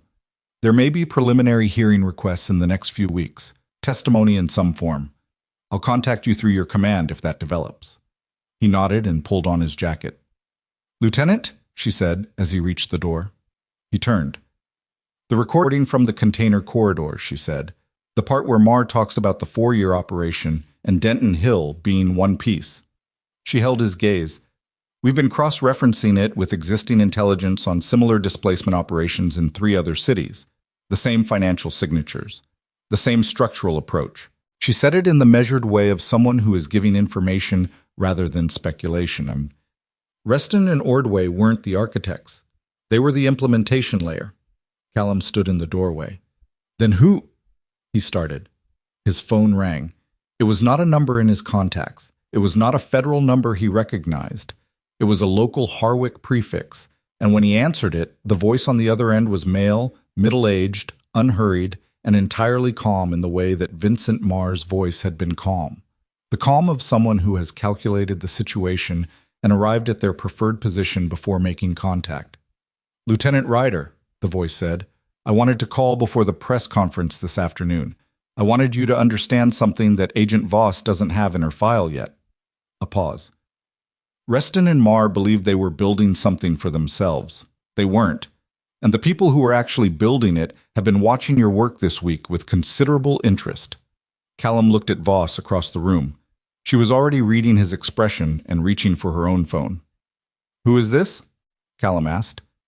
"Someone who wanted to give you fair warning," the voice said, "before you become the next piece." The line went dead. The line went dead. Callum stood in the doorway of the logistics building with the phone in his hand and felt the particular quality of silence that follows a threat delivered calmly. The kind that doesn't rattle windows or raise voices, but lands with the weight of something considered and precise. Voss crossed the room in 4 steps. "Who was that?" "Unknown number. Male. He knew my name, knew about the press conference, and claimed that Reston and Marr were implementation, not architecture." She took the phone from him before he could think to offer it, looked at the number and passed it to the agent who had come through the door behind her. "Run it. Full trace, cell tower data, everything." She looked at Callum. "What did he say exactly?" He repeated it word for word. He had a precise memory for spoken language. It was the kind of skill that got developed when conversations in dark places sometimes contained information that you couldn't write down and had to carry intact. Voss listened without interrupting. When he finished, she was quiet for a moment, her jaw working slightly, which he'd come to recognize as the thing she did when she was reorganizing information rather than arriving at a conclusion. "Before you become the next piece," she repeated. "That's what he said." That could mean a threat. It could also mean a recruitment attempt. "It could mean both," Callum said. "Those aren't mutually exclusive." She sat down at the nearest table and pulled her laptop toward her. She opened a file that was already on the screen. The intelligence cross-reference she'd been describing when the phone rang. 3 other cities. Same financial signatures. Same structural approach. She scrolled without speaking for a moment, then stopped. 3 years ago, a similar displacement operation ran in a mid-sized city in Ohio, smaller than Harwick. 6-block target area near a riverfront development site. The local implementation used a street organization, a complicit city official, and a private investment company handling the financial layer. She paused. The investment company in that case was Aldrin Capital. Callum looked at the screen. "Same company," he said. "Same company. Different branch, different personnel on record, but same parent entity." She looked up at him. "Aldrin Capital has branches in 7 cities. We opened the Harwick investigation because of Marr's connection to Aldrin. We did not know at the time that the connection was larger than Harwick. But whoever just called me does," Callum said, "and they knew we'd find this today." The room had gone quiet, in the particular way it goes quiet when a shape that seemed contained has just revealed additional edges. The agent by the door was on his own phone, running the trace. Voss was looking at the screen, but Callum could tell she wasn't reading it anymore. "They wanted me to find this," Callum said. "The call wasn't a warning, it was a nudge." Voss looked at him. "Think about the timing," he said. "The call comes 30 seconds after you tell me about the cross-reference. Not before. Not an hour from now. The moment you reveal the larger scope to me." He sat down across from her. "Someone is watching this building." Voss's expression did not change, which was its own kind of expression. "Or the room," he said. She closed the laptop without rushing. She looked at the 2 agents in the room, the one by the door and one seated at the far table, with a measuring look that she kept brief and neutral. Then she looked back at Callum. "I want you to stay here," she said carefully. "You think there's a leak in your team," he said. "I think I don't know the boundaries of this thing yet." She said it quietly, just for him. "And until I do, I'd rather have you where I can see you." He thought about that. He thought about the call, the timing, the word architecture. He thought about what kind of organization runs displacement operations across multiple cities over multiple years and stays invisible enough that a 14-month federal investigation only captured the bottom 2 layers. "The financial records on that drive," he said. "The Hollis drive. The transfer records go to Trentline Property Holdings, which goes to Reston. But where does Trentline receive from?" Voss looked at him. We followed the money down, he said. We need to follow it up. She opened the laptop again. It took 3 hours and 2 forensic accountants working in the same room to trace it, and the tracing was not clean or linear. It was the kind of financial archaeology that required cross-referencing 4 separate document sets, 2 of which required emergency authorization from Voss's field director to access, and one of which was a set of international wire records that required a request through a channel that Callum was not given details about, but that produced results in 40 minutes, which suggested the channel had significant reach. Callum sat at the edge of the room and watched it happen. He got coffee, real coffee. Someone had produced a proper machine at some point during the morning and drank it and let the shoulder rest and ran through what he knew in sequence, looking for the thing he'd missed. He found it at the 90-minute mark. The call had come 30 seconds after Voss mentioned the cross-reference. But Voss had been looking at the cross-reference file before she mentioned it to him. She'd opened it when he'd described Mar's statement in the container corridor, the 4-year multiple-city language. She'd been working on it before he even sat back down. The timing wasn't triggered by her words to him. It was triggered by her opening the file. The laptop, Callum said. Voss looked up from the table where the accountants were working. The cross-reference file, he said. When was it last accessed before today? She moved to the laptop and looked. 6 weeks ago. And when you opened it today, the call came 90 seconds later, not 30 seconds after you spoke to me. I had the timeline wrong. He moved to the table. Someone has access to your case file system, not the room, the files. The room processed this in stages. The agent by the door straightened. The accountants exchanged a look. Voss's jaw did the thing. She picked up her phone and called someone. 2 rings, answered immediately. I need a security audit on the HXRI case file system, full access log, every instance of file access for the past 6 weeks. Yes, now. No, not through the standard IT channel. I want it run externally. She paused. Because I'm not sure the standard channel is clean. She ended the call and looked at the room. Nobody accesses anything through the network, she said. Local files only until further notice. The shift in the room was palpable. This was the specific discomfort of people who work within institutional infrastructure, realizing that the infrastructure itself might be compromised, not corrupted in the simple way of bad individuals, but penetrated in the deeper way of a system that has been made to work against itself. Callum understood this feeling from a different context. The particular unsteadiness of finding out that the ground you've been standing on has been managed. The external security audit came back in 40 minutes. Access log for the cross-reference file, opened 6 weeks ago by Voss, opened again today at 11:47 a.m., and opened at 11:46 a.m. by a secondary credential that had been created 8 months ago under the name of an analyst who had left the field office 14 months prior, the same month the investigation had started, a ghost credential. Someone had created access using a former employee's identity and had been in the file system ever since. Voss looked at the audit result for a long time. They've been reading the case, she said. Not to anyone in particular. To the fact of it. For 14 months, Callum said. They knew what you had and what you didn't. They knew when Aldrin Capital's compliance officer was being subpoenaed. They knew when witness contacts were being attempted. He paused. They let the investigation run because a slow investigation that goes nowhere is more useful than a terminated investigation that prompts a fresh team. Voss's face had gone very still. Until tonight changed the trajectory. Until Hollis decided to cooperate and the financial records came through. At that point, the investigation stops being manageable and becomes a threat. He looked at the audit result on the screen. The call to me was a probe. They wanted to know if I'd share the information with you immediately or sit on it, and they wanted to know what direction we'd move when we had it. And what do we do with this, Voss said, when I don't know how deep the access goes? You use it, Callum said. You put wrong information in the file.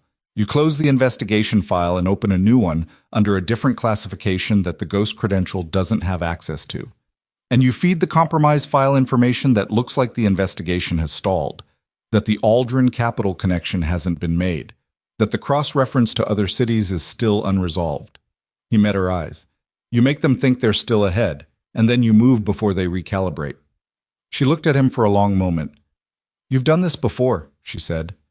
Not in this context, he said, but the principle is the same regardless of the environment. What followed was not a single decisive action, but a series of coordinated movements that Voss executed over the next 6 hours with the controlled efficiency of someone who has been building towards something for a long time and has finally been given the last piece of information needed to move. The compromised file was fed a carefully constructed false update. The Aldrin Capital cross-reference remained, but with an annotation indicating the International Wire Records request had been denied on jurisdictional grounds.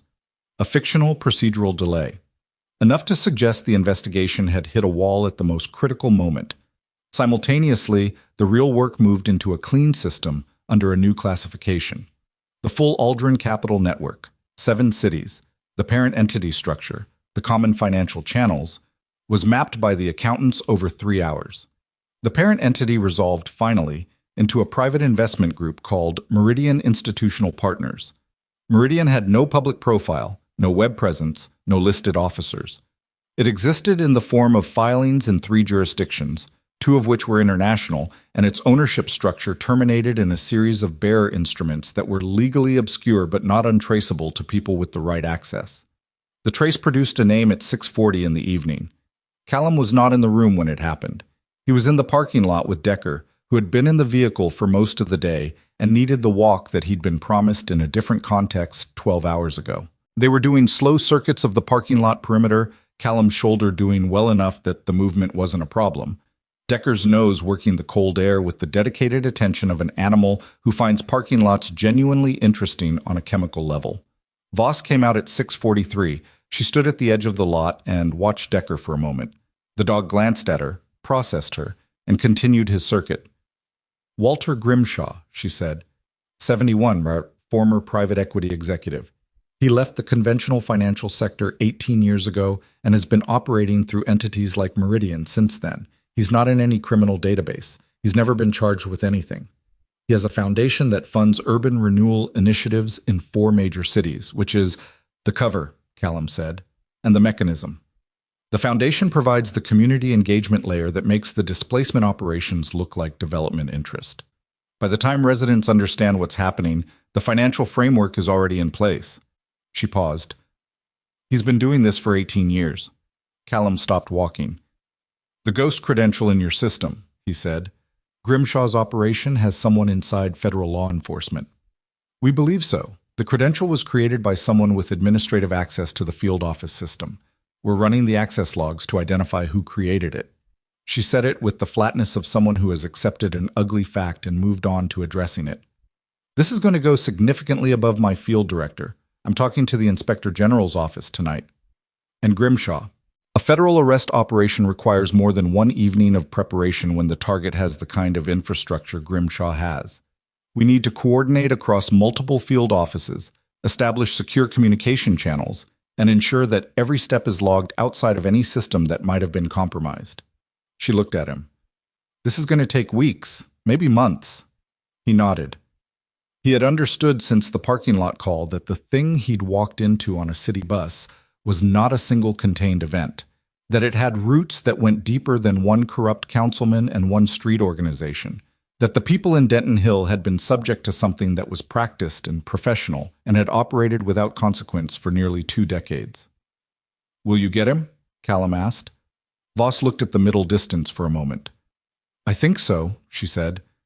I think what we have now, the financial documentation, the operational records, the testimony chain, is enough to build a case that can withstand whatever legal resources Grimshaw deploys. She paused. I've been building cases for 16 years. This is the most complete evidence package I've put together that didn't start with a tip from inside the target organization. She looked at him. It started with a dog on a city bus. Callum looked at Decker. The dog had found something at the base of the parking lot fence that required thorough investigation and was applying himself to it with complete professional focus. He was the beginning of it, Callum said, when they took him. I know, she said. Oh.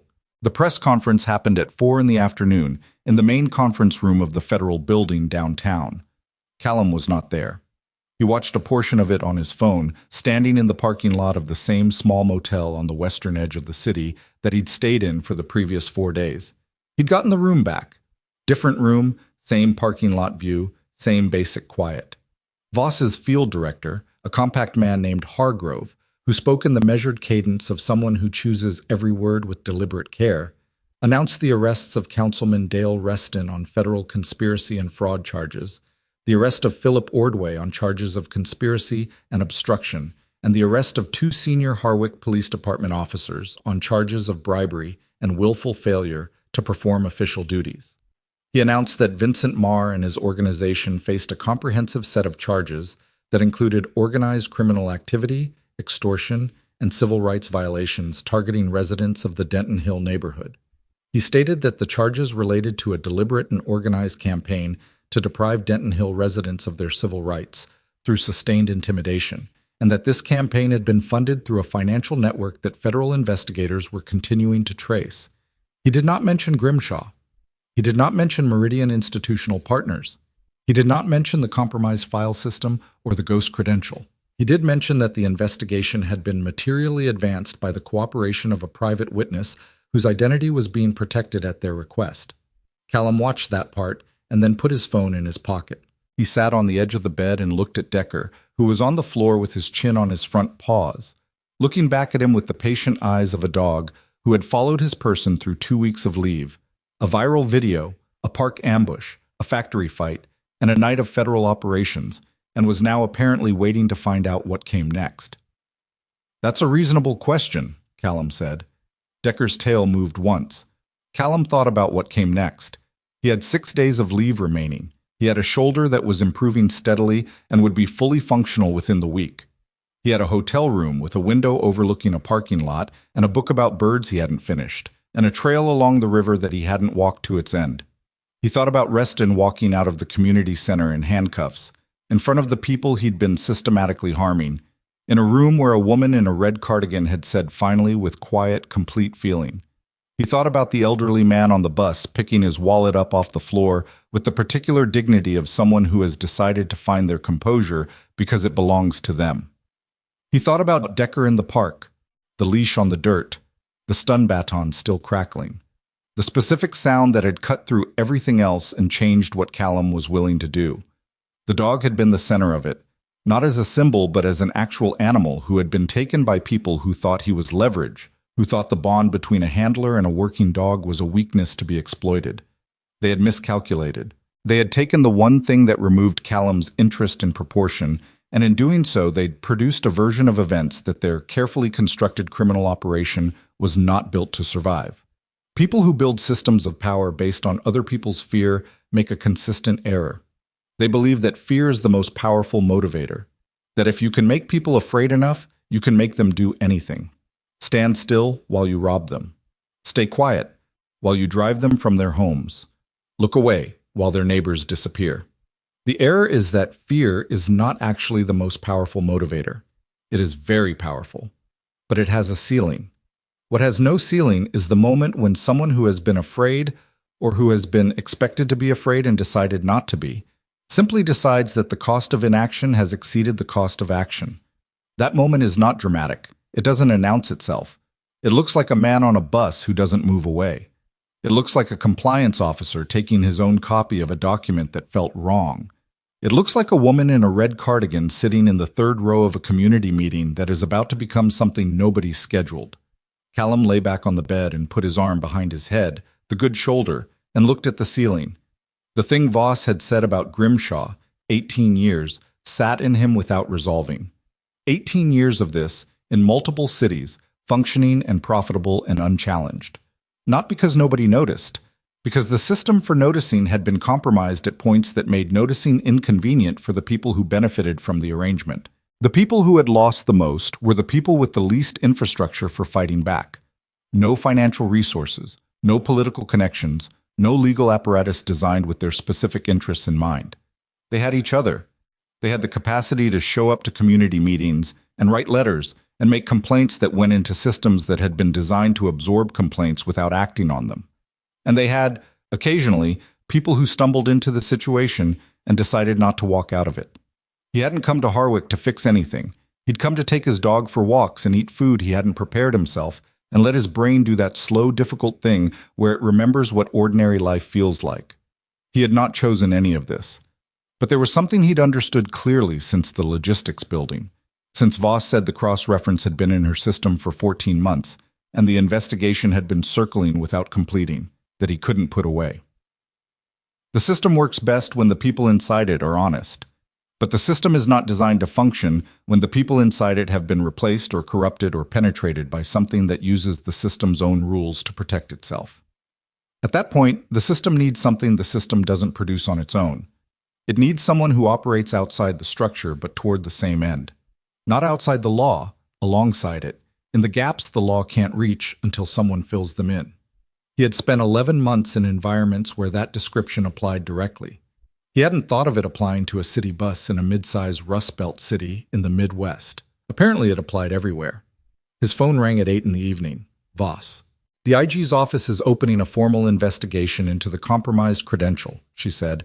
We have the identity of the person who created it. I can't share details yet, but the matter is in the right hands. Good, he said. The Aldrin Capital Network, the cross-city connection, is being formally incorporated into an expanded investigation under a new case designation, clean system, new team, external security review completed before any access is granted. She paused. Grimshaw will know something has changed. We can't prevent that. But what we can prevent is him knowing what we know and how much. He'll move, Callum said. People with that much infrastructure always believe they can move faster than the case can catch them. In our experience, they're wrong when the case is well built. Another pause. This one is well built. He thought about something. The call this morning, the number. Burner phone, purchased in cash at a transit station 3 weeks ago. No footage of the purchase. She said it the way she said things she had accepted without being satisfied by them. We have the tower data. It was made from a location 6 blocks from this building. 6 blocks. Close enough to be watching the building's entrance and exit. Close enough to have seen Callum arrive and leave. Close enough to suggest that whoever made the call was comfortable being that close to a federal operational site, which said something about their confidence level. He wanted me to keep going, Callum said. Grimshaw, or someone working for him. They wanted me in this. Yes, Voss said. The question is why? Because I'm outside their system.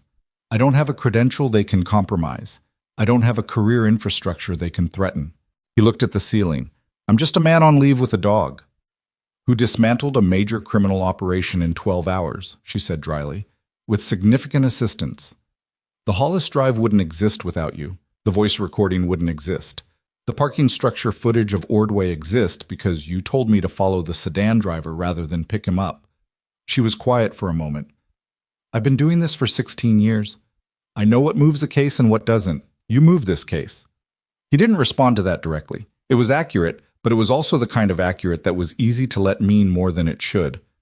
What happens to the Denton Hill residents, he said, the ones who sold their homes already? A pause that was longer than most of Voss's pauses. The properties purchased as part of the displacement operation are going to be subject to civil forfeiture proceedings as proceeds of criminal activity. That's complex and slow, but it means the development group that Reston was connected to cannot proceed with the commercial project. She paused again. For the residents who sold under duress, there are civil remedies available. Class action is likely. The evidence of intentional displacement is clear enough that several attorneys have already contacted our office. They'll get something back, Callum said. Not everything, not quickly, but something, and with documentation that confirms what was done to them, which matters in ways that go beyond the financial. He thought about the woman in the red cardigan. Finally. Sometimes finally is enough to keep going. He slept 9 hours. He didn't intend to. He lay down thinking he'd close his eyes for an hour, but his body had done the math on the previous 48 hours and made the decision without consulting him. He woke at 6:30 to the sound of the garbage truck making its circuit of the parking lot and lay still for a moment taking inventory. The shoulder was markedly better. His back had stiffened where he'd taken the hit in the factory and worked out most of it during the night. His hands were fine, his head was clear. Decker was standing beside the bed, looking at him with the patient impatience of an animal who has understood that the human is awake and is waiting for this to be acknowledged officially. I know, Callum said. He sat up. Walk first. They went out into the cold morning. 6:30 light, the particular gray-pink of late autumn, frost on the cars in the parking lot, The smell of coffee from somewhere nearby that turned out to be a diner 2 doors down from the motel. Callum walked Decker for 40 minutes in the residential streets east of the motel. No specific route, no agenda. The dog investigated the world at the end of a loose leash, and Callum walked beside him and let the morning be ordinary. He thought about the river trail, the section he hadn't finished.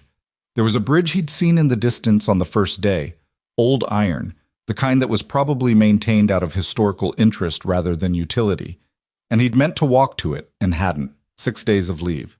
He thought about Voss's file on Grimshaw, 18 years, 7 cities, an organization built to be invisible, penetrating the institutional systems designed to catch it, running a long, patient process of exploitation that had consumed neighborhoods and displaced families and enriched people who had chosen to treat other people's homes as raw material. He thought about what Voss had said and hadn't said. The expanded investigation, clean system, new team. What she hadn't said directly, but what had been present in the conversation in the space between sentences, was that the new team would face the same fundamental problem the old team had faced, working within an institutional structure against something that had specifically adapted to exploit institutional structures. They needed what they didn't have. They needed someone who moved differently. He hadn't decided anything. He was clear about that with himself. He was a lieutenant on leave with 6 days remaining and a clear return date and a command structure that expected him back on schedule. He was not in a position to make decisions about what came after that without conversations that hadn't happened yet. But he walked, and he thought, and the morning moved around him, and Decker came back to check in every few minutes the way working dogs do when they're off lead. A quick return, a look, confirmation that the person is still there, then back out. And Callum found himself thinking not about whether, but about how. He called Voss at 9.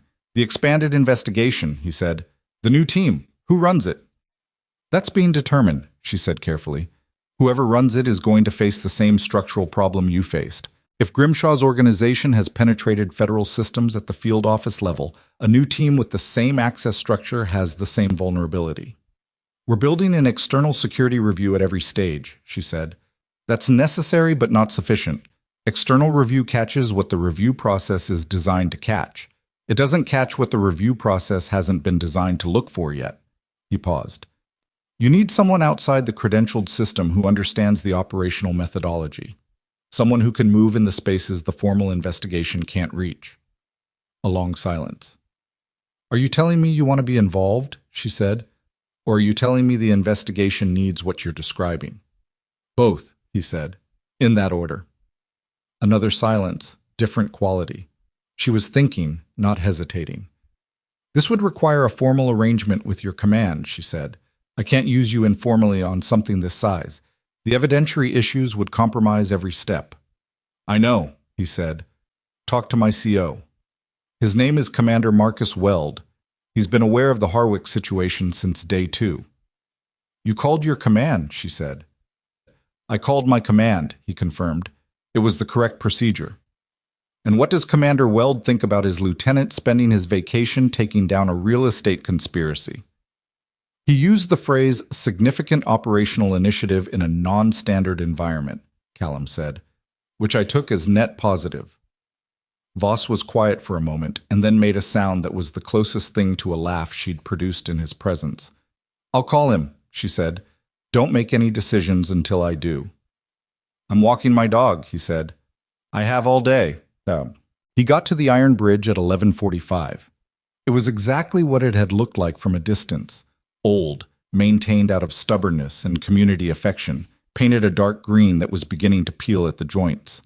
The river moved below it, dark and cold, catching the late morning light in irregular flashes. The trail crossed the bridge and continued on the far bank into a section of the park he hadn't reached. He stood at the center of the bridge and looked at the water. Decker sat beside him, looking at the water too. Or looking at something in the water. A duck, probably. There were ducks in his peripheral vision, moving with the current at a careful distance from the bridge. Callum thought about the elderly man with the crossword. He thought about whether the man had gotten back on the bus the next day, or the day after, or whether what had happened had changed his relationship to that particular ordinary act in ways that took time to work out. He thought about the mother with the child in the yellow jacket, and whether the child was old enough to remember it, and what they'd be told about what they'd seen. He thought about the teenager with the camera, the red recording light. 23 seconds of footage that had started a chain of events that ended with federal agents walking a corrupt politician out of a community meeting in front of the people he'd been trying to destroy. The teenager had not made a plan. He just pointed his phone at something happening in front of him and pressed record. Sometimes that's the entire intervention. Sometimes that's enough. The thing people get wrong about justice is that they imagine it as a destination, a fixed point where everything is finally resolved and the accounts are balanced and the world becomes fair. It isn't a destination, it's a direction. You can move toward it or you can move away from it, and the difference is not always dramatic. Sometimes it's a man who doesn't move to another seat. Sometimes it's a compliance officer who makes a copy of a document that feels wrong. Sometimes it's a woman who says finally with enough feeling that the word lands in everyone's chest and stays there. The people who had run Harwick's displacement operation had understood something true, that systems are designed by people and therefore can be manipulated by people, and that the gap between what a system is supposed to do and what it actually does is a space that can be occupied and exploited. They'd occupied that space for years. What they'd misunderstood was that the gap works in both directions. The same space that allows a bad actor to compromise a system from within can allow someone outside the system to see what the system has missed. Because operating outside the structure, not against it, alongside it, filling the specific gaps that the structure cannot fill itself, means being unconstrained by the assumptions the structure is built on. Callum had spent 11 months in environments where that principle was the fundamental operating reality. He'd been trained for it, literally, to move in spaces where formal systems didn't reach, to gather information that formal systems couldn't access, to do the work that required someone who understood the rules well enough to know where the rules ended. He'd thought, coming to Harwick, that he was on vacation. He'd been wrong. Not about the vacation. The vacation had been real. The coffee and the birds and the river trail had all been genuine. But about the separation. The idea that what he was and what he did was something he could set aside for 2 weeks and pick back up when the leave ended. It wasn't a coat. It was a condition. His phone rang at 12:30. Voss. I spoke to Commander Weld, she said. What did he say? He said, and I'm quoting directly, Ryder has been doing this his entire career. He just usually does it in places with worse coffee. If the Bureau wants to make it official, I'm listening. She paused. We're listening. There's a framework, a liaison structure, that allows for exactly what you described. Someone with operational clearance working in an advisory capacity outside the formal evidence chain but accountable to it. It's been used before, mostly in counterterrorism contexts. And Weld? He wants to talk to you when your leave ends.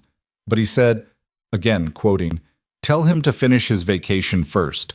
He's been running on fumes for 11 months and he's no use to anyone unconscious. Callum looked at the river. Tell him I'll call when I'm back, he said. I will. A pause. Lieutenant, the people in Denton Hill, the ones who held on, who didn't sell, who kept showing up to meetings that seemed to accomplish nothing, they didn't know help was coming. They kept going anyway. She said it without sentiment, just as a fact, the way she said most things. That matters. I know, he said. So does this. What you did this week, it matters. He thought about telling her that he'd walked into it sideways, that none of it had been planned, that the whole thing had started because a man in a leather jacket aimed a boot at a dog and miscalculated the response. But that was accurate and also not the point. The point was what you did with what landed in front of you. Take care of the case, he said. Get Grimshaw. We'll get him, she said, and then quieter. Take care of your dog. He ended the call. Decker was still watching the ducks, doing the precise, motionless intensity of a working dog who has decided to monitor something and is prepared to monitor it indefinitely. One of the ducks had come slightly closer to the bridge. Decker tracked it without making a sound. Leave it, Callum said. The dog looked at him, looked at the duck, looked back at him with an expression that communicated clearly the opinion that this was an unreasonable instruction. We're on vacation, Callum said. Decker stood up, shook once, the full-body shake that dogs do to reset, and walked to Callum's left side, shoulder even with his knee. Waiting. They walked off the bridge and onto the far bank trail, into the part of the park he hadn't seen yet. The cold air coming off the river and the sound of the water constant alongside them, and the path ahead long and clear and without a specific end in sight. That was fine. Not every path needed an end you could see from the beginning. Some of them just needed someone willing to walk them, one step at a time, for as far as they went. Decker moved ahead and then circled back, and they found their pace, and the city fell quiet behind them,